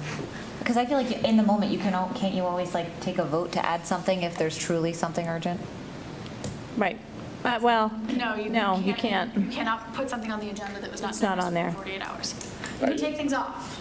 You can't put things on. I just think that sentence is redundant to avoid Yeah, surprises. I agree. So I'm removing this one that's highlighted in blue. Yeah. And then I guess my only question is, what was the history in putting that on there in the first place? I agree, it feels redundant, but... time. I think okay. there were some challenges on the school committee, which is why we had it, because there were a lot of surprises happening, but I think you're still center justified. yes. Thank you. At least we know what the issue is now. Control A, left justify the whole thing. Oh, really? Yeah. Oh, okay. It's a Mac, it's okay. I can, no. Do the same to your is it not titles doing at the it? top, so Okay. fix those. Okay, I'm going to have to You fix got it a lot of after. formatting Okay. issues I have a here. lot of formatting issues. We have Okay. 8 covered, don't worry. 8. So I would say, Sorry. Trying to be efficient. yes. 8 is good. Excuse me. With the exception of some things require lengthy discussion. Yeah. Some things, excuse me, require deliberation. I would say school committee meetings are for decision-making, action, and votes, period. We agree to move the question when the discussion becomes repetitive. Agreed. Or instead of, is it, Oh, I didn't have to type that. Thank you, type that. Brian. Thank you. Tracy, should be we or the chair? Anyone can move that. Anyone can move it, yep. Yeah. If it's becoming too lengthy and I'm not reading the room, feel free to move it for efficiency purposes, right? Yeah. Okay. Robert's rules. Robert's rules, there you go. Okay, 9. I would add to that At the end of committee, at a properly posted meeting. Determined at a properly posted meeting. In italics. There you go. I know, there's some unusual things happening with bold and italics. And I know, should I take them all off? Want me to just take them all out? Eventually, I would, yeah. I'm going to take them all out. They're really distracting to me. They're in our model The formatting is document too, and I was like, do we really need this? We don't. We don't. Okay, I will take them all out. So, Yep. sorry, Go ahead, Sandy. efficient meeting. I was just going to ask, why is 9, I guess, brought up now, not earlier on? Oh, earlier in the, like as an earlier Document. number. Yeah. I would say, Let me go back up and see where we can move 9. I will reorder the I numbers would make it after. number 2. Make it number 2, okay. Make a note. 9, With your question, if, I'm going to make a note. that's one of the things that we talked about in your opening presentation, something that's drilled into us when we take the charting the course. Is there a need for it to be there at all, other than as a reminder? I would say it's there as a reminder, but again, we go back to the public does not always have the training that you have access to. You have heard it many times, but I think sometimes the haven't. public does not understand that. I would agree. It's not a bad thing that someone would not know that. You didn't know what you didn't know until you hit this room and you started getting the training. So I think having it in your operating protocols just helps keep the public informed. Sorry, just a note. Good. Okay, 10. So these 2 sentences, I feel like they were put together, but do they go together? It's fair. Like, It's fair. yeah.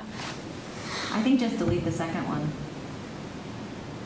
Yeah, I think you've already said up in your first and your original statement. So basically it's once you take a vote, it is voted committee, whether it's majority or not, and you stand by that. Okay. That's good. Okay, 11. So I'm not quite sure what the chain of accountability is. I would remove that whole first sentence and let the second sentence stand.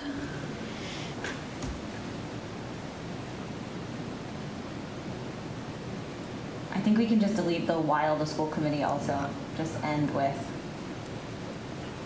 Yeah. Agree. Yep.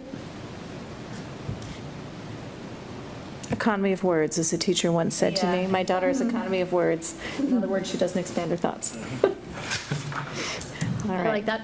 12.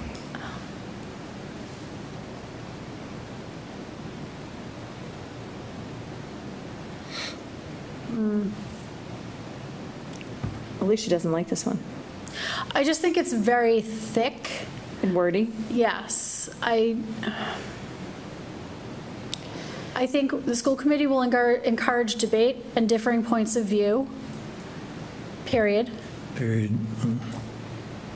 Take out the, we want to agree to avoid words and all of that and say, and move next to, our debates will be conducted with care and respect. Yeah. Yeah.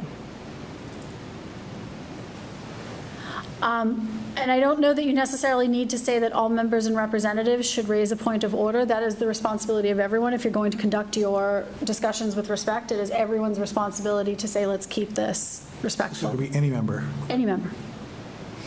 So you would remove that last I would sentence? remove that last line. Yep. Okay. Does everyone agree with that? Yeah. Yes. It's pre-stated by our debates will be conducted with care and respect.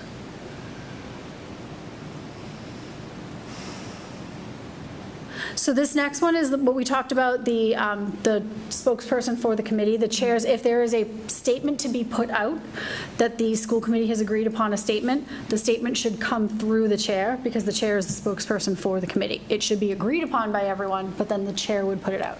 Sometimes you'll have things where there's media requests, et cetera. Most of those should be channeled to the superintendent because the superintendent speaks for the district, the chair speaks for the committee.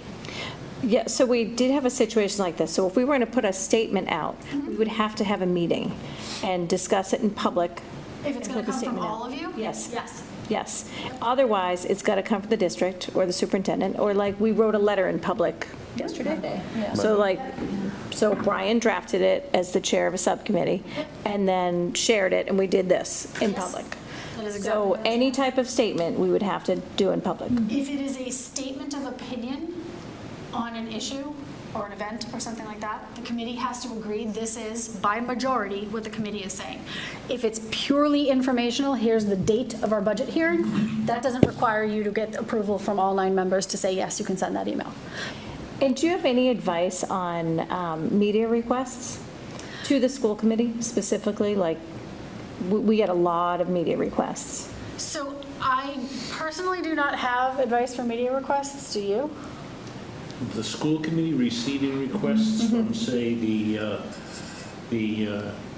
Clean Energy Caucus or the... No, like a Local paper. Our local paper. like a local paper. So after a school committee meeting, typically we'll get a request from the local paper. Questions after every meeting. We have 2 local papers. Okay. We may have a difference of opinion on this, Yeah, that's okay. because telling somebody they can't speak to the press... Oh, yeah.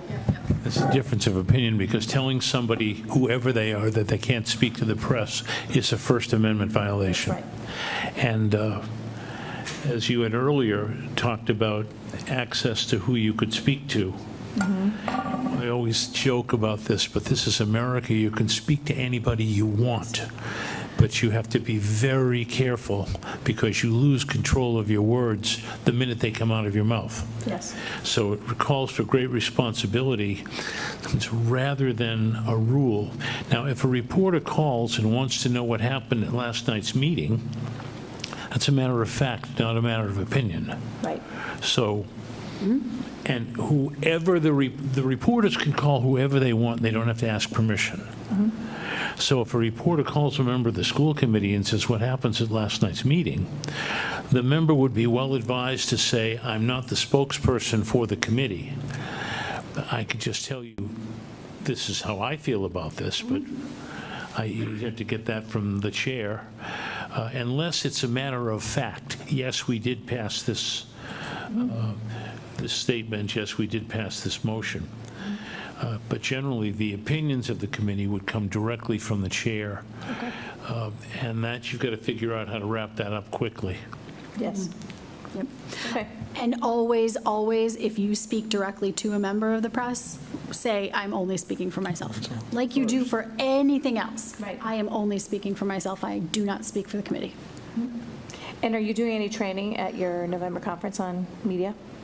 I don't know. We've had that question asked a few times. I don't know if we have any panels yet, but we have been asked by a couple of committees if we have guidance on media interaction, so. Oh, Okay. we've got some documents related to media in the file, so I think we could pull out and Okay. share with you. All right, that'd be great. Thank you. Chris Horan is our media consultant. Yes, And he will be doing a session where he'll be taking open questions from Okay. anybody on communications. Okay, great. All right. Where are we? So number 14. 14. We're almost there. Sorry, and 13, can you 13, remove yeah. the his or her? Remove the his or her. Put there. Or Or designee's fine, right? Yeah, or designate would be designate. good too, yeah. Okay, thank you. Nice catch. All right. So number 14 should go up towards the beginning. Okay. Do you have a number for that? What did we move to 2? We moved 9 to 2? 2. Do you want to make it 3? No, make it 2 and make 9 3. Okay. Number 2, okay. It's like I'm calling bingo numbers at this point. Oh, sorry. What am I doing? 9. See, now I can't see anything.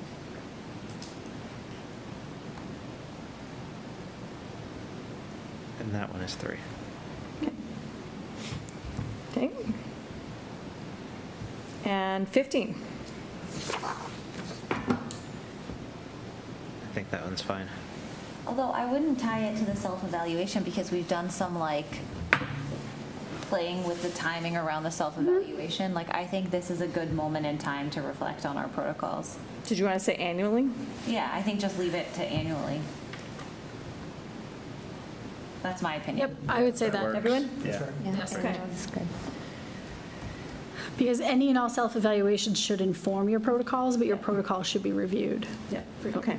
Great. It's just so tricky, and this is the problem we run into every single time, is that we either do a self-evaluation with a brand-new committee we have no relationship to one another, or work that we've done together, or we do it at the end when a lot of people are rolling off and we're getting new people. So there really is no ideal time to pair those two together. So I think actually when we're a new committee, because then you're committing to it and you're signing it and making a big deal about it. Agree to work together is more appropriate than at the end of someone's term who's rolling off. Yes, I think reviewing your operating protocols and recommitting them should be tied less to your evaluation cycle and more to when you elect your chair and your officers, and when your new members first come on, we're all going to talk about how this, on the same foot, on the same day, this is how we do this. Yeah.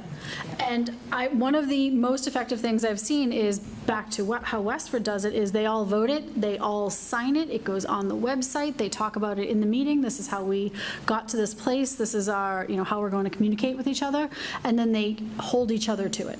But I think making a big deal of it is a really good thing for the committee to do. We put all this work into, this is how we're going to be the most efficient committee we can be.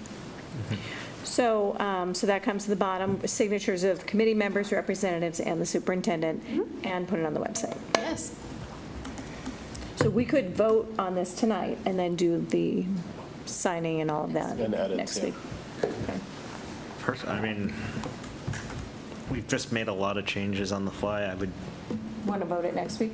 Okay. next meeting. You could consider this your first read, and you can First bring it read? back for the second All read. right. I love and the that. vote. Okay. Like you would with any policy, get a second look at it. Right. It's always a good idea to get a second look at it. And I'd still have a couple of concerns. On five. Oh, we're back on 5. Okay. You know what, though? We don't have to. Okay. Now, if we're doing a second read next week. I was going to say, it's probably a good idea. We just talked a lot. Yeah. We talked a lot. Let it settle, come back and take a look at it, and make any edits you need to before you vote it. Okay, so That's I'm why just that going to first read's highlight all of 5. Because we're going to come back to 5. I'll clean this up. And we'll come back to 5. Okay. Should we go right into goals, or? Yes, so let me stop the share. This is protocols. Did you have more to present, or are you pretty much? Nope, my last 2 slides are a question mark and my contact information. Okay, so, all right, so we also have this document called practices. Yes, I saw that. It's interesting that you have, I would recommend you only have one document. All right, so, One document. okay, so that's great, so we're not going to review that, and we're going to go right to goals. I love that. Well, it gets very confusing, like practices, protocols, and like, okay, why Yes. do we need 2? I need to use the bathroom. Okay. Just One a quick document. question. So what was I'm fine with, this goes away then? Yes. Practices goes away. Is there anything that has to get woven in? And it sort of seemed the ground rules for what you do at a meeting, will get you to the meeting and how we prepare for the meeting. Is there a necessity for this? So what I would say to you about this document is that most of this document comes straight out of your policies. Okay. It talks about assigning representatives, it talks about subcommittees, it talks about agenda setting. Most of that is in your policy manual already. I Right. don't think you need 2 separate documents. You have your operating protocols. If you felt like you wanted to bring something back to the operating protocols out of this, maybe 1 or 2 short things, but I would not keep this entire document, because Section B of your policy manual, board operations, covers most of this. Yeah. I'm sold. I would agree with that. No, And I no, guess The only other question I had for you on handbooks, you and I had a brief discussion about handbooks, and you said you were going to collect handbooks from different districts. We had one handbook. We had a committee that made some updates. Do we need a handbook? Can we use like, this feels handbooky to me. Yes. This So one does. the field directors are currently working on collecting handbooks. There are some districts who do have a school committee member handbook that talks about what the calendar year looks like, the rolling agenda, the year-long agenda, not the rolling agenda, things like that. You don't necessarily have to have a handbook.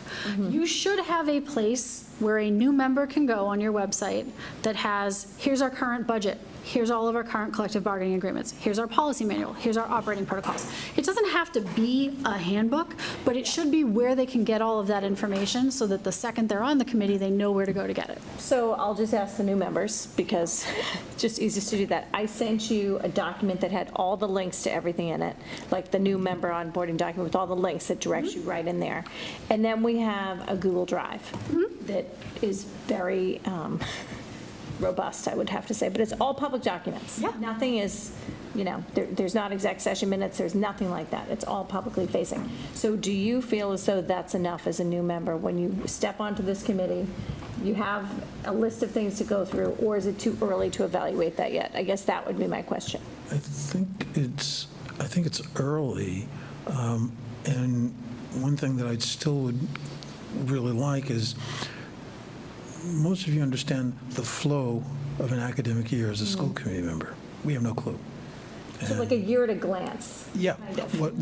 So this is going to be budget season. This is going to be that season. This is going to be this season. And Love a year at a glance. So I know I've told Sandeep a few times, it's like drinking from a fire hose. So once we are elected and seated, but in that little, we had a longer interval this year than in past, to have an opportunity to look at, this is how you can expect the calendar year to go as a school committee member, and then these are the places where you go get this information. That would be golden. One of my favorite things in the world is a year-long agenda, and I can send you examples of them. Okay. The year-long agenda doesn't lock you into just those things, but the numbers are due on October 1st. MCAS results come, when these things are happening. You can anticipate those things. Year-long agendas are one of my favorite things in the world. So we have that. We did it, Carrie, you were on the committee when we did it. It's kind of like, you did it too with Julie. Yeah. You did the year-long. But that was more for the chairs. It wasn't, I don't think it was shared. Was it? It was probably available, but nobody. I don't know if I looked at it. It's evolved in my time. It's evolved, here. yeah. Sometimes it's still. Okay, so if you can send me sometimes it's the examples. chair, but Yes, I will always send you it's some sort of examples. No, annual. but I Just think for that is a planning. good idea. Yeah. I mean, I think some type Okay. of document is. If you could send me that. I can send you, agenda examples. I Then we collect can them. talk about that. Okay. So Tracy, going back to the question you asked earlier, maybe I should sit down to talk. So you did send us a lot of information. Yes. And given enough time, I can find what everything is. But I think finding it quickly will take us time. Yes. Also, I guess with us having a little hiatus over the summer, didn't really help the cause, right? Because we come back right now and then it's right in, yeah. and it's harder to find all that information. So even today, finding the protocols, I found it, but it took me like 10 minutes, right? Yeah, okay. So I know it's tough to get scheduled over the summer, but I would recommend that this workshop you're doing right now, where you look at your operating protocols and stuff, do it over the summer. Agreed. In July. Agreed. Yeah. That's what I couldn't get a date. I spent my summer teaching my son to drive and doing workshops. That's what I did all summer. Yeah, and I think, we took a break because we needed a break, given our spring. So I think that's just, we needed the break. Yes. Tracy, no complaints. I was No. Don't worry. And I think, Okay. we're front-loaded by the fact that we had the 250th, and that pushed us being seated back. So we had several whammies that put us in a way behind the eight ball. But I think, looking at things earlier in the summer would be golden. Okay. All right, so are we on to questions for you? Yes. All right, any questions for Alicia on anything that she, Did we want to go through goals? you wanted to go through goals? I think we should. I think we should. Yeah. Okay. I'll share that. Hold on. Let me find it. And here's the thing, you're going to think of a question tomorrow, email me, text me. You're not coming to our next meeting? I love when Alicia comes. She'll be doing this at another meeting somewhere else in the Commonwealth. Okay, let's share. So I'm going to make a mea culpa in that initially in July, or I guess it was June 10th was our first meeting. This was forecast to be on policy, protocol, and goal setting, and we had two goals, our superintendent's goals, we had our committee's goals in front of us, but we didn't know anything about goal setting, and I sort of was, so are we going to find out about goal setting? And I searched through and found a packet from Mask, and was your learning lunch from January of '22. Okay. And I sent it out to everybody. Excellent. So now, I'm mea culpa. That might have been a faux pas, but No. the whole purpose was to get everybody on the same page so that, I know, we didn't know about goal setting. Did you know about goal setting? No. Okay, so, but that's the reason why I did it. That's why I sent it to everybody. But for future reference, I should go to the chairs first. So I would say, yeah, I would have the chair send it out to everybody, just because it's informational. And Andrew and I, so we took a stab at the goals because we have 3 brand-new members, and knowing kind of where we left off last year to start out our goals. So this is our draft of what we found we were going to, put forth as a committee to review by the committee. Yeah. And so, our select board does the same thing. So the chair comes up with the goals, the committee sees some feedback on it, and then the committee has feedback on it. Yeah, that makes sense. Okay. And I think when you eventually move to, over the summer, doing operating protocols and things, do the goals then. But for now, this is appropriate to do it this way. And I do think it's tricky because Lori's goals were at the same time, so trying to marry our goals with hers. Yep. So here's the thing, you're not always going to have school committee goals that echo the superintendent's goals, and the school committee goals are not a way to put more work on the superintendent's plate either. The school committee goals are just for the school committee, so having them in tandem is great, but they don't always have to fold in one-to-one. I think you have really good goals here. What I would suggest for your goals here would be to say, the best goals that I've seen say the title, so budget, and then have action items underneath them, and then a small note about when you would like those action items to be done by.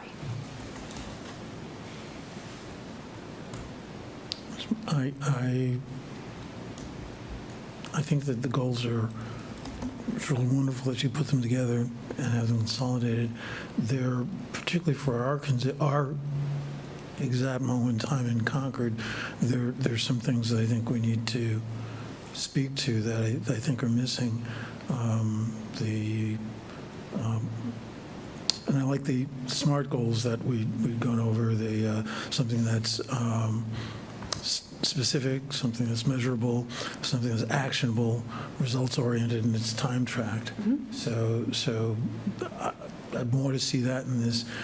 But the things that are going on in our community now, addressing hate and anti-Semitism and getting aligned with the Massachusetts Special Commission on Combating Anti-Semitism, having that and having, again, a set for how we're going to do it, what we're going to look at, and how we're going to measure it. Looking at educational equity and closing our educational gaps. And again, having actionable, measurable, and things that we can track. And finally, addressing our communication with, two-way communication with our community, speaking to and listening. And again, ways that we're going to monitor that and follow it and track it to see that we improve over time. So those are 3 things that I'd want to see.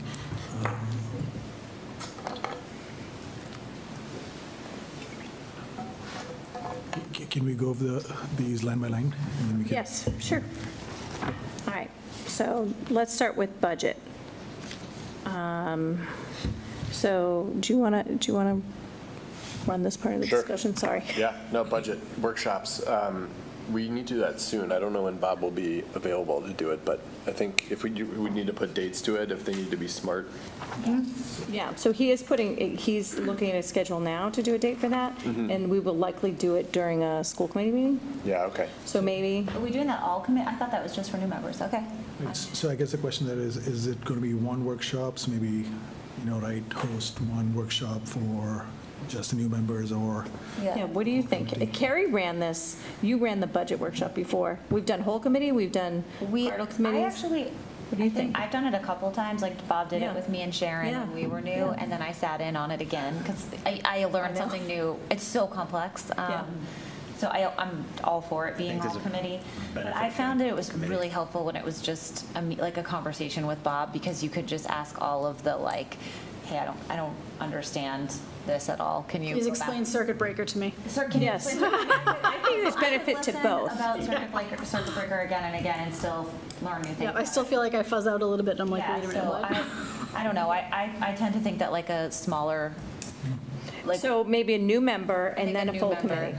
Yeah. And they could be two different things. Well, yeah, but I think it should be a full committee first and then new member afterwards to clean up. Clean up, okay. These are just really rough notes here that we'll have to clean up. Okay. I almost think the opposite. Oh, really? Yeah, because the new member one is supposed to be where you can ask like all of the questions you don't want to ask in public, and if you're just like, you know what I mean? You're like, I don't want people to think I'm an idiot. Like, Can Bob meet with all three members at the same time? Yes, because Yes. they're not a quorum. Right, they're not a quorum, okay. Yeah, so Bob can meet with the three of you at once, which would be great. And I always sit in. And Lori sits in on that, yeah. Okay.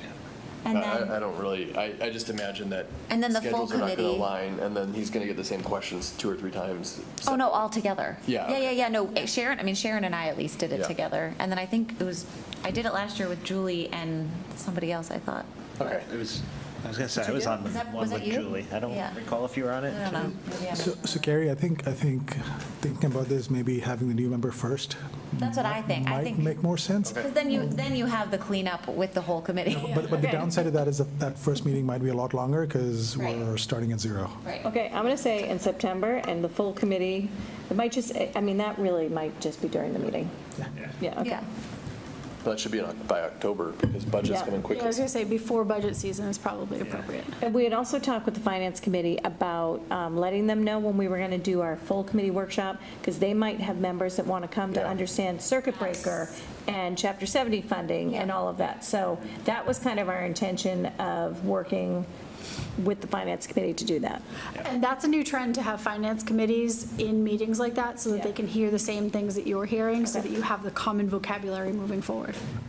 And feedback that I would do is any place where we say finance committee, it needs to be plural. Committees, thank you, It's yes. For town, it needs to be towns. Finance committees, because we are Concord and Carlisle, yeah. And I think Full town meetings. the CPS, CCRSD, I think some places we have it called out by that, and some places we say district, so. Yeah, so let's just do CPS, CCRSD. Okay. And we need to put dates to those, right? Like, So this date, okay, there's going to be notes. We're not going to vote on this tonight. Maybe at our next meeting, I'll it clean could it just all be up. Q1 of 26. Q1 of 26. I'm just putting this on there. Right, You're and going to then help with the this. guideline, I don't know when we're getting our guideline number, and when, that's probably Q4. October. Q4, No. Oh, Q4 20. Yeah. yeah. Don't we usually get it in? I was just going to say October. November? Yeah. It's October. Yeah. Okay. Okay. Q, We're gonna budget? Q1 Q1, 2026. Q1. Okay. Okay, anything else on budget for now? Yeah, so the number that works for the town is a little confusing to me. Okay. I don't think I have an answer there. I just think saying something that works for the town is hard to judge until the town meeting, right? Towards a guideline number, period. Yeah. Sure. Guideline number period. Towards Like a a mutually agreed upon? Like, you know what I mean? Yeah. Mutually agreed upon guideline number. I mean, It's fine. That's good. what we can That's good. strive for, but we don't That's a have goal. control over that, but that's our goal. Yeah. That is the end goal of all budget Yeah. seasons Yeah. anyway, is to try and come to an understanding with the Between the town. towns and, So we have to like kind of clean this up. Yeah. Okay. Give me a minute. Okay, and then there would be, I think you could, sorry. You just cut and paste the, sorry. sorry.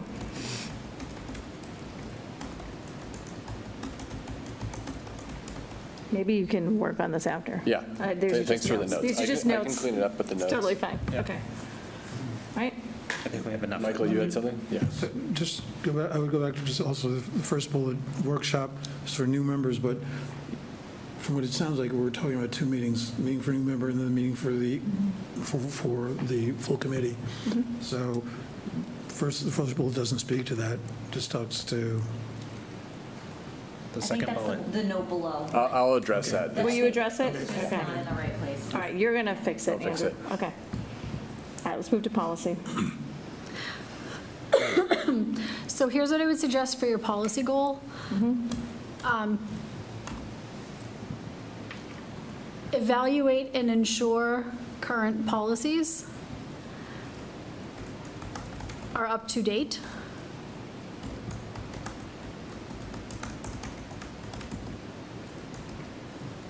And then task your subcommittee with coming up with a process for going through the policy manual and reviewing it. The full committee doesn't need to tell the subcommittee how they should review the policy manual. The full committee should say, subcommittee, we are tasking you with making sure that our policy manual is up to date. Figure out how you want to do that. I wrote this. That's because as of like June of last year, every policy had been touched by the subcommittee, and so it was good. And so going forward, I thought it's just changes that come to us or that we want to make. Yes.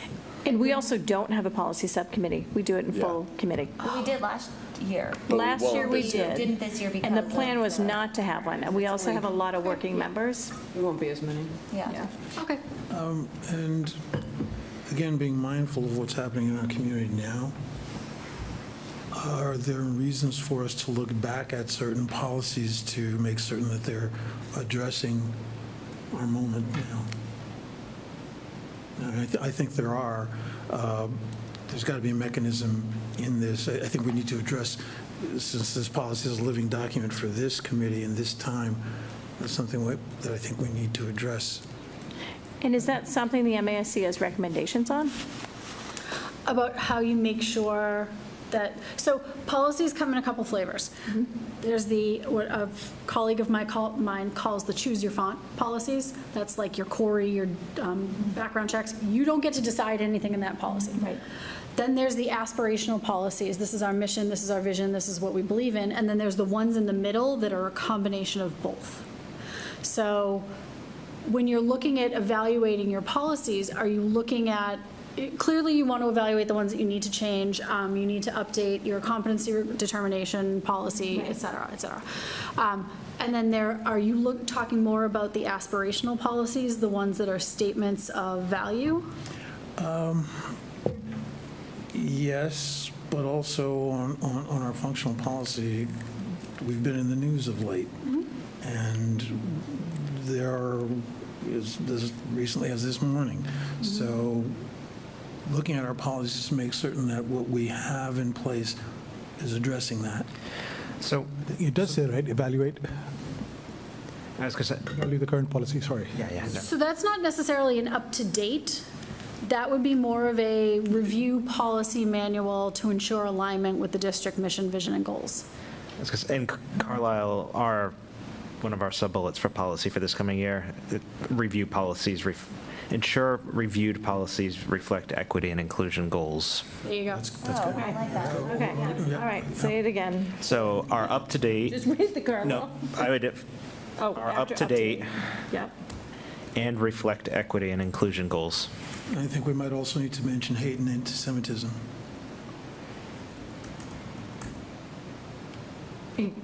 Include, Include community We have- values.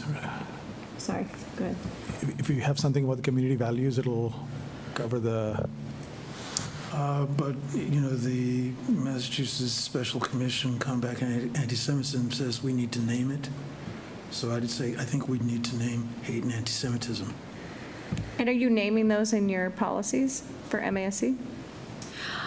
Most of our policies are high-level policies that include protected classes and things like that. Right. When we give our policy manual to a district, we're making sure that they are up to date as far as what they need by the state. We don't necessarily make recommendations for what their mission and vision and goals policy should look like. That should be, every district should have their own. Okay. I think our moment calls for that, though. I'm just hesitant because, we got an email yesterday and I thought there was value in it that you, like, in some ways, you're, like, you can't highlight one group over That's why I'm saying another. hate and anti-Semitism, not highlighting one, just looking at all the flavors of hate. So then do we have to name everything out, or, I mean, I think we're going to have to look at, I mean, some I of think it's you need to decide dictated by what the state. policies you're looking at. Yes. 'Cause knowing the policies the way I know them, certain things are going to matter differently in different places. Right. So I wonder if there's a look at certain policies you think need review because of what you're talking about. Or saying that that is a guide for us to, if we're under equity, what was the wording that you used, Brian? Equity and inclusion. Equity, inclusion, hate, anti-Semitism. There may be a bunch of different policies. I can think of the policy on bullying, the policy on harassment. Those policies are going to be called to, but Those are very legislated policies, so that would have to be part of the discussion. But I think if our goals tell us, our institution, and our community what's important to us at this moment in time, our institution, our community, we might need to speak to that. Something for us to consider. So you're saying to put it in the goal. Yeah. But in terms of the policies, though, we would need guidance from MASC and, you know, to look at which policies we're actually looking at. Because, like, it would be the non-discrimination policies, it could be, but they're all legislative, right? A lot of Section A is legislative. Okay. A lot of your non-discrimination and harassment policies are legislative. There are some things that are in the instructional section and the student section that talk about students' rights, access to an equitable education. So there's a couple of others in other places. There's also there's, like I said, the mission and vision goals kinds of policies that can be the introductory statements to a section. So you right now, I think, have all of our model policies. I think it would be a matter of determining which of those model policies you wanted to adapt to have more Concord Carlisle centric information, sentiments in them. I actually wonder if this, like, responding to this current moment in time belongs in the communication and collaboration. I was It's just all gonna say about that. collaborating with our community partners versus, because our policies, like, they are, I mean, maybe it's both, but I actually think it it's belongs both. in collaboration. I think it's both because, again, this tells us that we will use this as a guide to look at our policies, and in our communication, it tells us that that will also be mirrored in how we communicate and things that we highlight when we discuss how we are and how we expect to be in our Just add community. the note, and then I'll add it in some way in this. Okay. And then we'll set So it up I'm going to add, I'm just going to write anti-Semitism and hate. Yeah. I'm trying to figure out how you put that into a sentence. Well, it could be like How do you put that into a sentence? I don't know. Anti-Semitism and hate, or something like that's not a be-all end-all, but Right. calls it out. Well, and I do think that, you know, so we do have you in the room, Alicia and Glenn, and if you're wondering how to put it in a sentence, is this something we should be embarking down for this part of the goal? So I would say it's always a good idea to make sure that your policies and your policy manual reflect the goals of the district, reflect the values of the community and the goals of the district. So it's fine to have it in a goal. I would say what policies you then end up looking at, you want to make sure that you are staying within the legislative things that you need to stay with, staying within MGLs, adding things to the aspirational policies as needed along the lines of your mission and your vision and your, like your strategic plan, things like that. I would say you can also run things by your district legal counsel if you feel like there's wording you want to add to a policy that feels very choose your font. Run it by your district legal counsel and see what they think about that language. Okay. So sorry, anytime we're reflecting the equity, inclusion goals, anti-Semitism, all that, I don't know how we make that into a SMART goal. It's almost like that's a goal we'll never achieve. So how do we make that measurable?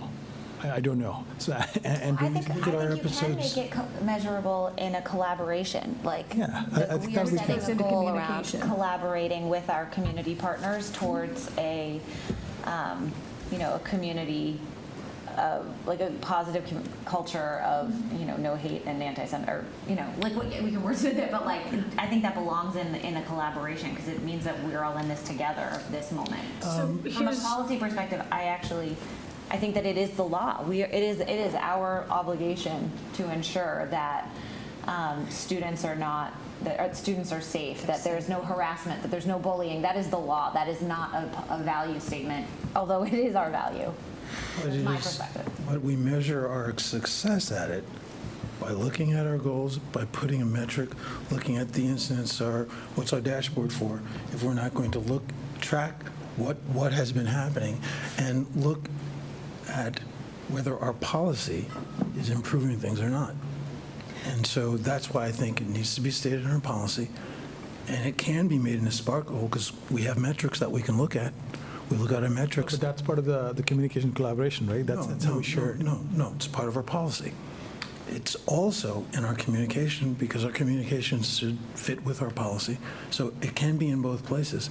But I don't think we know that we're getting better at it unless we're tracking it. We don't track it unless we look at our policies and make certain that they are consistent with what's in the law. Here's what I would suggest. I'm sorry, I don't mean to interrupt. Yeah, go ahead. Here's what I would suggest. Moving communication and collaboration above policy, because then that will inform the communication and collaboration that informs the policy goal. And that sometimes goals, the metrics as to whether or not you've achieved them, sometimes they're quantitative, sometimes they're qualitative. Sometimes it's an action, and the action is reviewing our policies.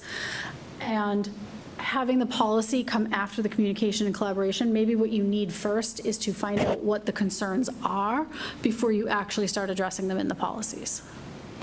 Well, and I think when I'm hearing some different things around the table of where people want it, so I think we have to just figure out where do we want it.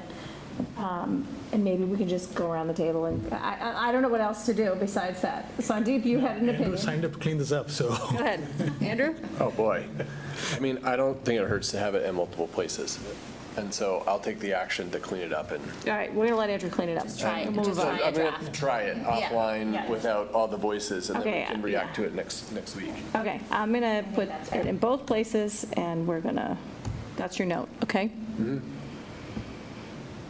So now we have to look at communication now that I moved it up. This is where I do, I felt strongly about providing some information to the community. And that is, that goes through the district bulletin, school newsletters, newspaper, all of those things. I think Michael had mentioned one point on the communication is exploring additional avenues for two-way communication. That might be something we can put on there. And in the past, we've done coffees and things like that. We've talked about podcasts, right? Talked about podcasts, different, podcast is one way though, right? One way. Yeah, Is that, one way? I mean, unless you let people call in. A call-in show? Radio show. Two-way, I know, we do have a radio station. Yeah, there you go. Do you have a TikTok? Because I feel like you could do some Oh, no. I love TikTok, but. I love TikTok too. So that I brings watch, up I a don't question post. which I had in the back of my mind at some point.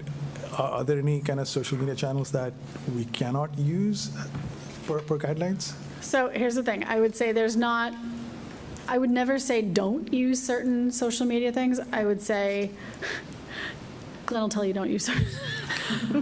I would say not don't use things, but there's so much out there. Don't spread yourself so thin that your message is getting diluted, that, keep it into as narrow of a channel with the most effective information possible. Because people are bombarded with absolutely everything right now from every direction. I make the joke about TikToks, but I know someone who, the town had a TikTok and there was a video of someone like flipping a sign in front of the library, and I'm like, are you really reaching anyone with this? It's a riot, because I knew the guy, but keeping the channels effective, I think. I also, and I frame this as a question because I mean it as a question, but I actually wonder if, not to put this on Lori, but I actually wonder how much external communicating do we really need to be doing, and is it more more of the district doing more communicating on behalf of the committee. I don't think our work, yes, it's very important and we have to be communicating, but I think that it needs to be coming from the district. You have the channels, you have the audiences, and Let's not forget Story of the School, which we've been working on, finishing that, and are there other mediums for telling the story of the school? The last time we talked about it, that would become a district project, a district document. That would be something they own, not future committees. So maybe we put Story of the School in here, finishing Story of the School and transitioning to the district. How about that? I guess one question would be, I wonder if it's worth the communications working group sitting down and coming up with some goals for communications for, I don't know. We need to keep in mind that, Go on, I'll let you go. We need to keep in mind that the majority of the community does not have children in our schools. 100%. So when we're talking to the community, we're talking to all of us. Yes. And the smaller subset has children in our schools. But we need all of us to understand what's going on. And so every tool that we have, be it TikTok, be it Minuteman Media, be it Coffees, be it the Story of the Schools, they all are important, and we need to figure out which one gets the most penetrance and which one to lean on. But I think we need to lean on all of them a bit. So I guess, Alicia, do you have any thoughts on, do you see committees doing a lot of external communication, social media and newsletters and podcasts and radio and all of that, or Sometimes, but I think most of what the committee will do is amplify what the district is doing. Because the district knows which kids can be in which pictures, the district knows what's happening in the buildings. If the committee more makes their actions to amplify what's happening in the district, telling the district's success stories, and then communicating what the committee is doing, I think that's a better way to do that. So I'm going to have to agree with Michael here, Carrie. I think it is our role and responsibility, as shown in that chart earlier, to be that conduit of information to the community. So certainly amplifying what Lori is putting out there is great, but I think that responsibility falls into our bucket. But then again, I've been here 2 months, so I don't know. I would say again, you could communicate for the committee. The superintendent should be communicating for the district. Yeah. If you're amplifying the superintendent's communication, that's great, but the superintendent should be the only person speaking for the district. So you're saying that first bullet is Lori's goal, communicate monthly articles for the district. We would have a separate goal. So maybe we just take this out. Yeah, communication. I think we just take this out. And I think, as much as... No, I don't think you take it out. I think you amplify. Amplify, okay. Yeah, change it, I guess. Amplify. Amplify district communication with broader community or something like that. Okay. Exactly. Amplify, okay. And in the interest of time, I'm going to try and move people along.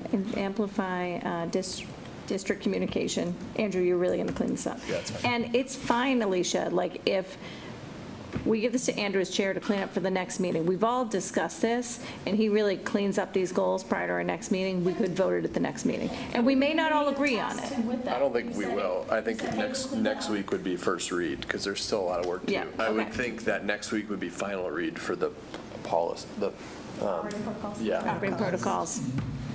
But this means our goals are not going to approve till October, which is fine. Yeah. Okay.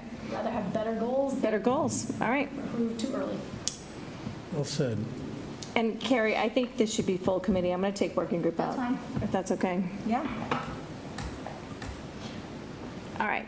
So in the interest of time, I'm moving us right down to superintendent evaluation. And then Andrew will clean all of this up, and you'll put the timeline in and everything else. I'll make them all SMART goals. Make them all SMART goals. You got a lot of work to do. And I'll send it around, to the committee. Yeah. One comment on the superintendent evaluation. I know the actual evaluation takes place every 2 years. Probably have something in there to provide timely feedback, as not necessarily as part of the evaluation process, but if we see progress in a certain area or we'd like you to do work in a certain area, just let her know sooner rather than later.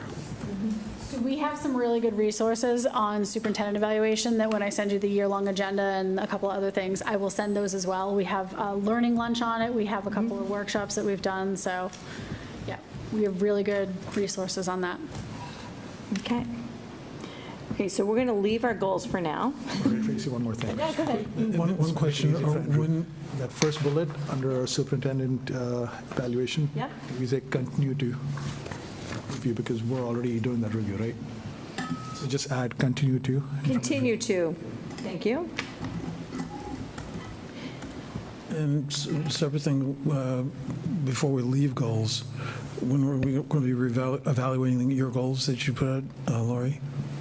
Will we be doing that? So Lori's Lori's not on an evaluation year this year. We just evaluated her last year. No, not evaluating her, evaluating, looking at the goals. We're going to look at her goals, yes. Okay. We're going to look at her goals throughout the year, and she's going to provide some evidence of where you see the goals. Kind of like her weekly update that you just sent this week, that you had the rubric on it.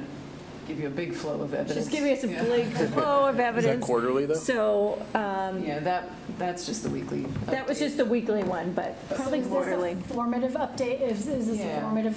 Okay. So what will then happen is, at the end of the year, it will be the mid-cycle conversation. So when I send you guys there's a lot of good stuff in there about what that conversation should look like, et cetera, so. Okay. That makes sense. All right, so we're going to move on from this. Our discussion items are getting really quick after that. I'm going to stop sharing. We have Peter coming on it in 5 minutes. Yeah, we do. So we can do this in 5 minutes or less.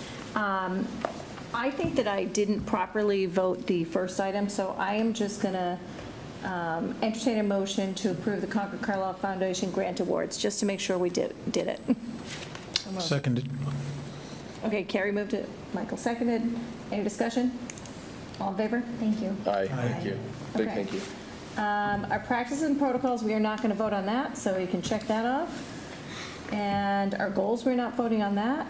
School committee liaisons, you had that in your packet. So I think we just have 2 openings. Let me just take one look. And I've just put them as TBD at this point. We just said PEG access. We can let Alicia. Yeah. Yeah, we're almost done. We're almost done. Okay. Take 2 seconds. Oh, if you need to leave, I'm just saying. No, I was just cleaning myself. Oh, okay. Okay. PEG advisory, do we have any takers on that since last week? Nope. That's when I said, TBD. if nobody's there, put me in, right? Yes. You win. You win, Sandeep. You win? No one signed.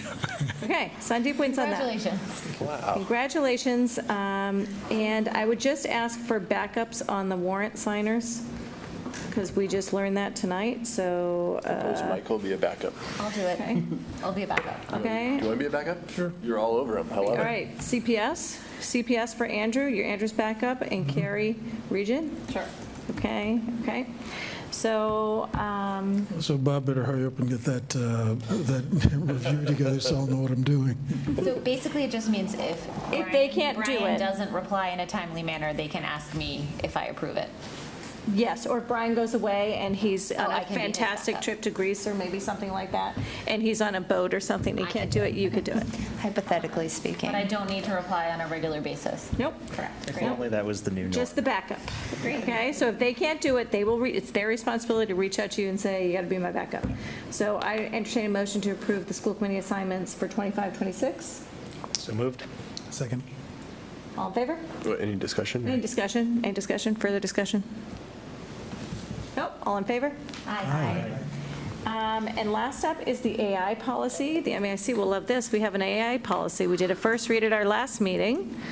So I don't know. Policies make me nervous. I know. So we have a policy. Very broad. It's very broad, very broad. So I would entertain a motion to approve the AI policy and guidelines. So moved. Sorry, I have some comments on those. Yeah, you can. Wait, let's get a second first. Second. Okay, discussion. Go ahead, Sandeep. So the AI policy and the AI guidance, the Gen AI guidance, there were a couple of areas where I don't think that is proper alignment. Thank you. Thank you, Alicia. Watch your emails, I'm going to send you some more stuff. Awesome. Thank you, Glenn. Thank you. Thank you both very much. So, and I don't know if that alignment needs to happen, so that's the first question. I'll give you an example. The Gen AI guidance talks about, how enforcement will happen, but that's not necessarily specified in the policy. AI policy. So, Is this required? do you want to talk about Yeah, policy Policy versus? typically doesn't have that level of detail in it. It refers off to something else, which is why the guidelines, and we actually purposely had the guidelines refer to our codes of conduct in the student handbook to just be sure everything aligns and not have separate documents, so. That'll drop the number of questions by a lot. So. And it's one of these things that policy sits with us, Yeah. and how you kind of enact the policy sits with the district in the day-to-day operations. Then I think the only other thing I want to bring up is that the scope of the AI policy is teachers and students, and the generative AI guidance had students, teachers, families, and others. So is that? That was intentional. When we worked with the group of teachers that we wrote it with, it's, this group so focuses on policy. They were very focused on the other side. So we had to keep trying to address what their needs were in the guidance. But some of it didn't feel like it fit in policy. And to, Alicia's reaction is why, we're just trying to stay very broad in the policy. These are going to have to come back a few times, I think. We just wanted something to start with. So those are great feedbacks. And I think we'll know more as we start really getting into the work. So, and actually, there's kind of a misprint on here. We're only approving the policy and not the Yeah, I guidelines. guess that's true. Yeah. But I wanted to make sure the policy was in line with. In line with them, exactly, exactly. Yeah, that's it. I found a typo, but I can't, and then I took a note and I can't find it. We'll read it In the again, policy? Andrew. Yeah. Yeah, Okay. okay. All right. So any more discussion? Okay, all in favor? Aye. Aye. Okay, and with that, What about the July minutes? oh, the July minutes, we forgot. The July minutes, those are in the drive, and those were with the amendment that Michael proposed at our last meeting. So it was in the red. As I only have one copy of the amendment. I think I put the full minutes in the drive. Want me to share that? Do you guys want to see that? Okay, here are the July minutes That's the amendment, right? with the amendment. So, everybody see that? No, I can't, yeah. Sorry. So how do we want to proceed with this? Do we, Okay, so why don't you make a motion? a motion to, Approve the July 22nd minutes as written, and then if we have to amend it, we amend it. You want to do that? yeah, I'm happy to do so. I will make a motion to approve the July 22nd minutes as originally written. I'll second. Okay, Now discussion. discussion. So, did you want to start? Sure.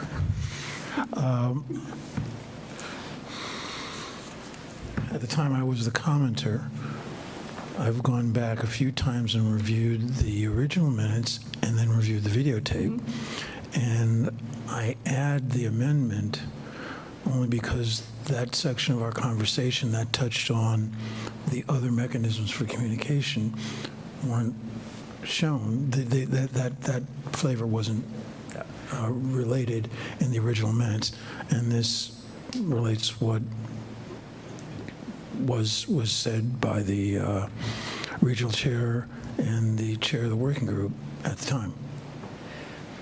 So what I was just going to say is I was not at this meeting, but I did watch the recording this week, and I just think some of the language here, maybe there's a mix between what has been done to date versus going forward.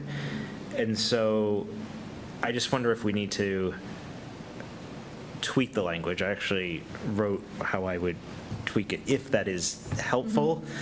But there's a matter of, last year, the charge was very much the story of school, the print version.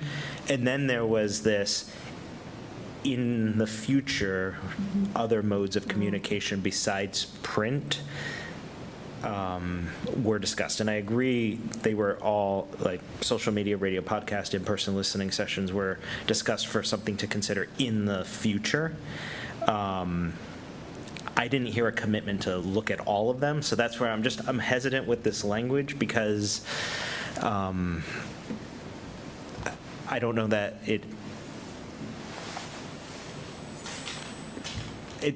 this language to me makes it sound like there's more of a commitment to social media, radio, podcast, and in-person listening than I heard in the recording. But again, I wasn't there. And the only thing I'll say is I wish that Alicia had talked about a word about minutes, which is on the MASC website, that minutes are not to be a transcription of the meeting either. They're supposed to capture who's present, votes. It's actually very minimal what we typically capture. Well, actually, we capture more than what is necessary for us to capture. So it's who's present, what votes were taken, what actions were taken, and it doesn't have to be a transcript. So I can really go either way on this, but I think we need to just do it really expediently. Well, Brian, do you want to just read what you had proposed?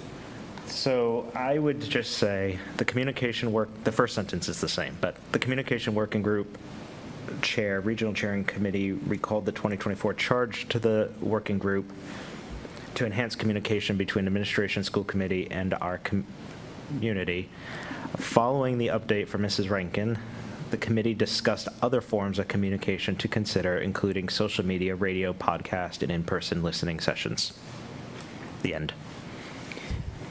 Okay. Because I don't know that the joint chair and the superintendent have looked at any of these other ones yet. And the third sentence made it sound like it was happening already. But again, I was not I've actually looked into anything. So,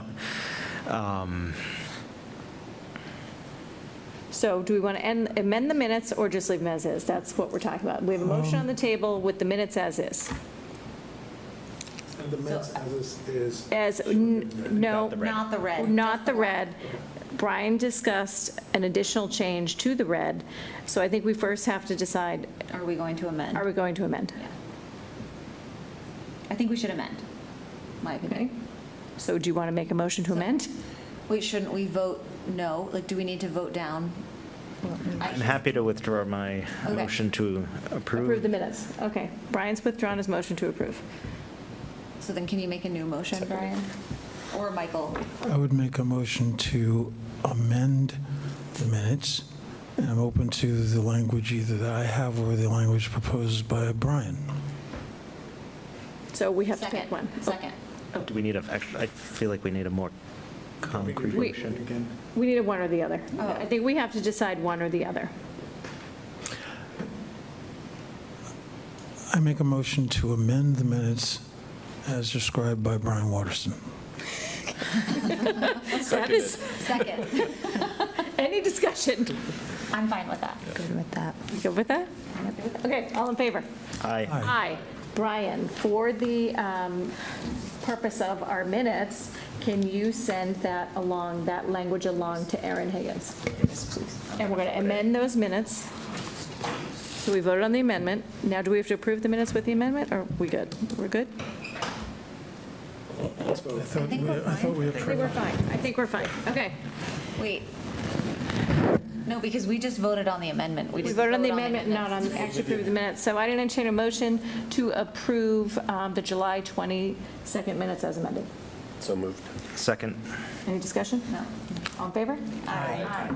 And with that, I will adjourn the region. Thank you very much for Carlisle members. And you want to read? Yep. The Concord School Committee will enter into executive session under Purpose 3 of the Open Meeting Law to conduct strategy sessions concerning whether to hear step 4 grievances filed by CTA, and we will not return to open session. Second. All those in favor? We have to roll call. Oh, roll call, excuse me. Hercheck, aye. Aye. Morano, aye. Shardy, aye. Rankin, aye. I skipped you. No, it's CPS only. Okay, sorry. I was like, no. Williams, aye. Okay, with that, thank you very much.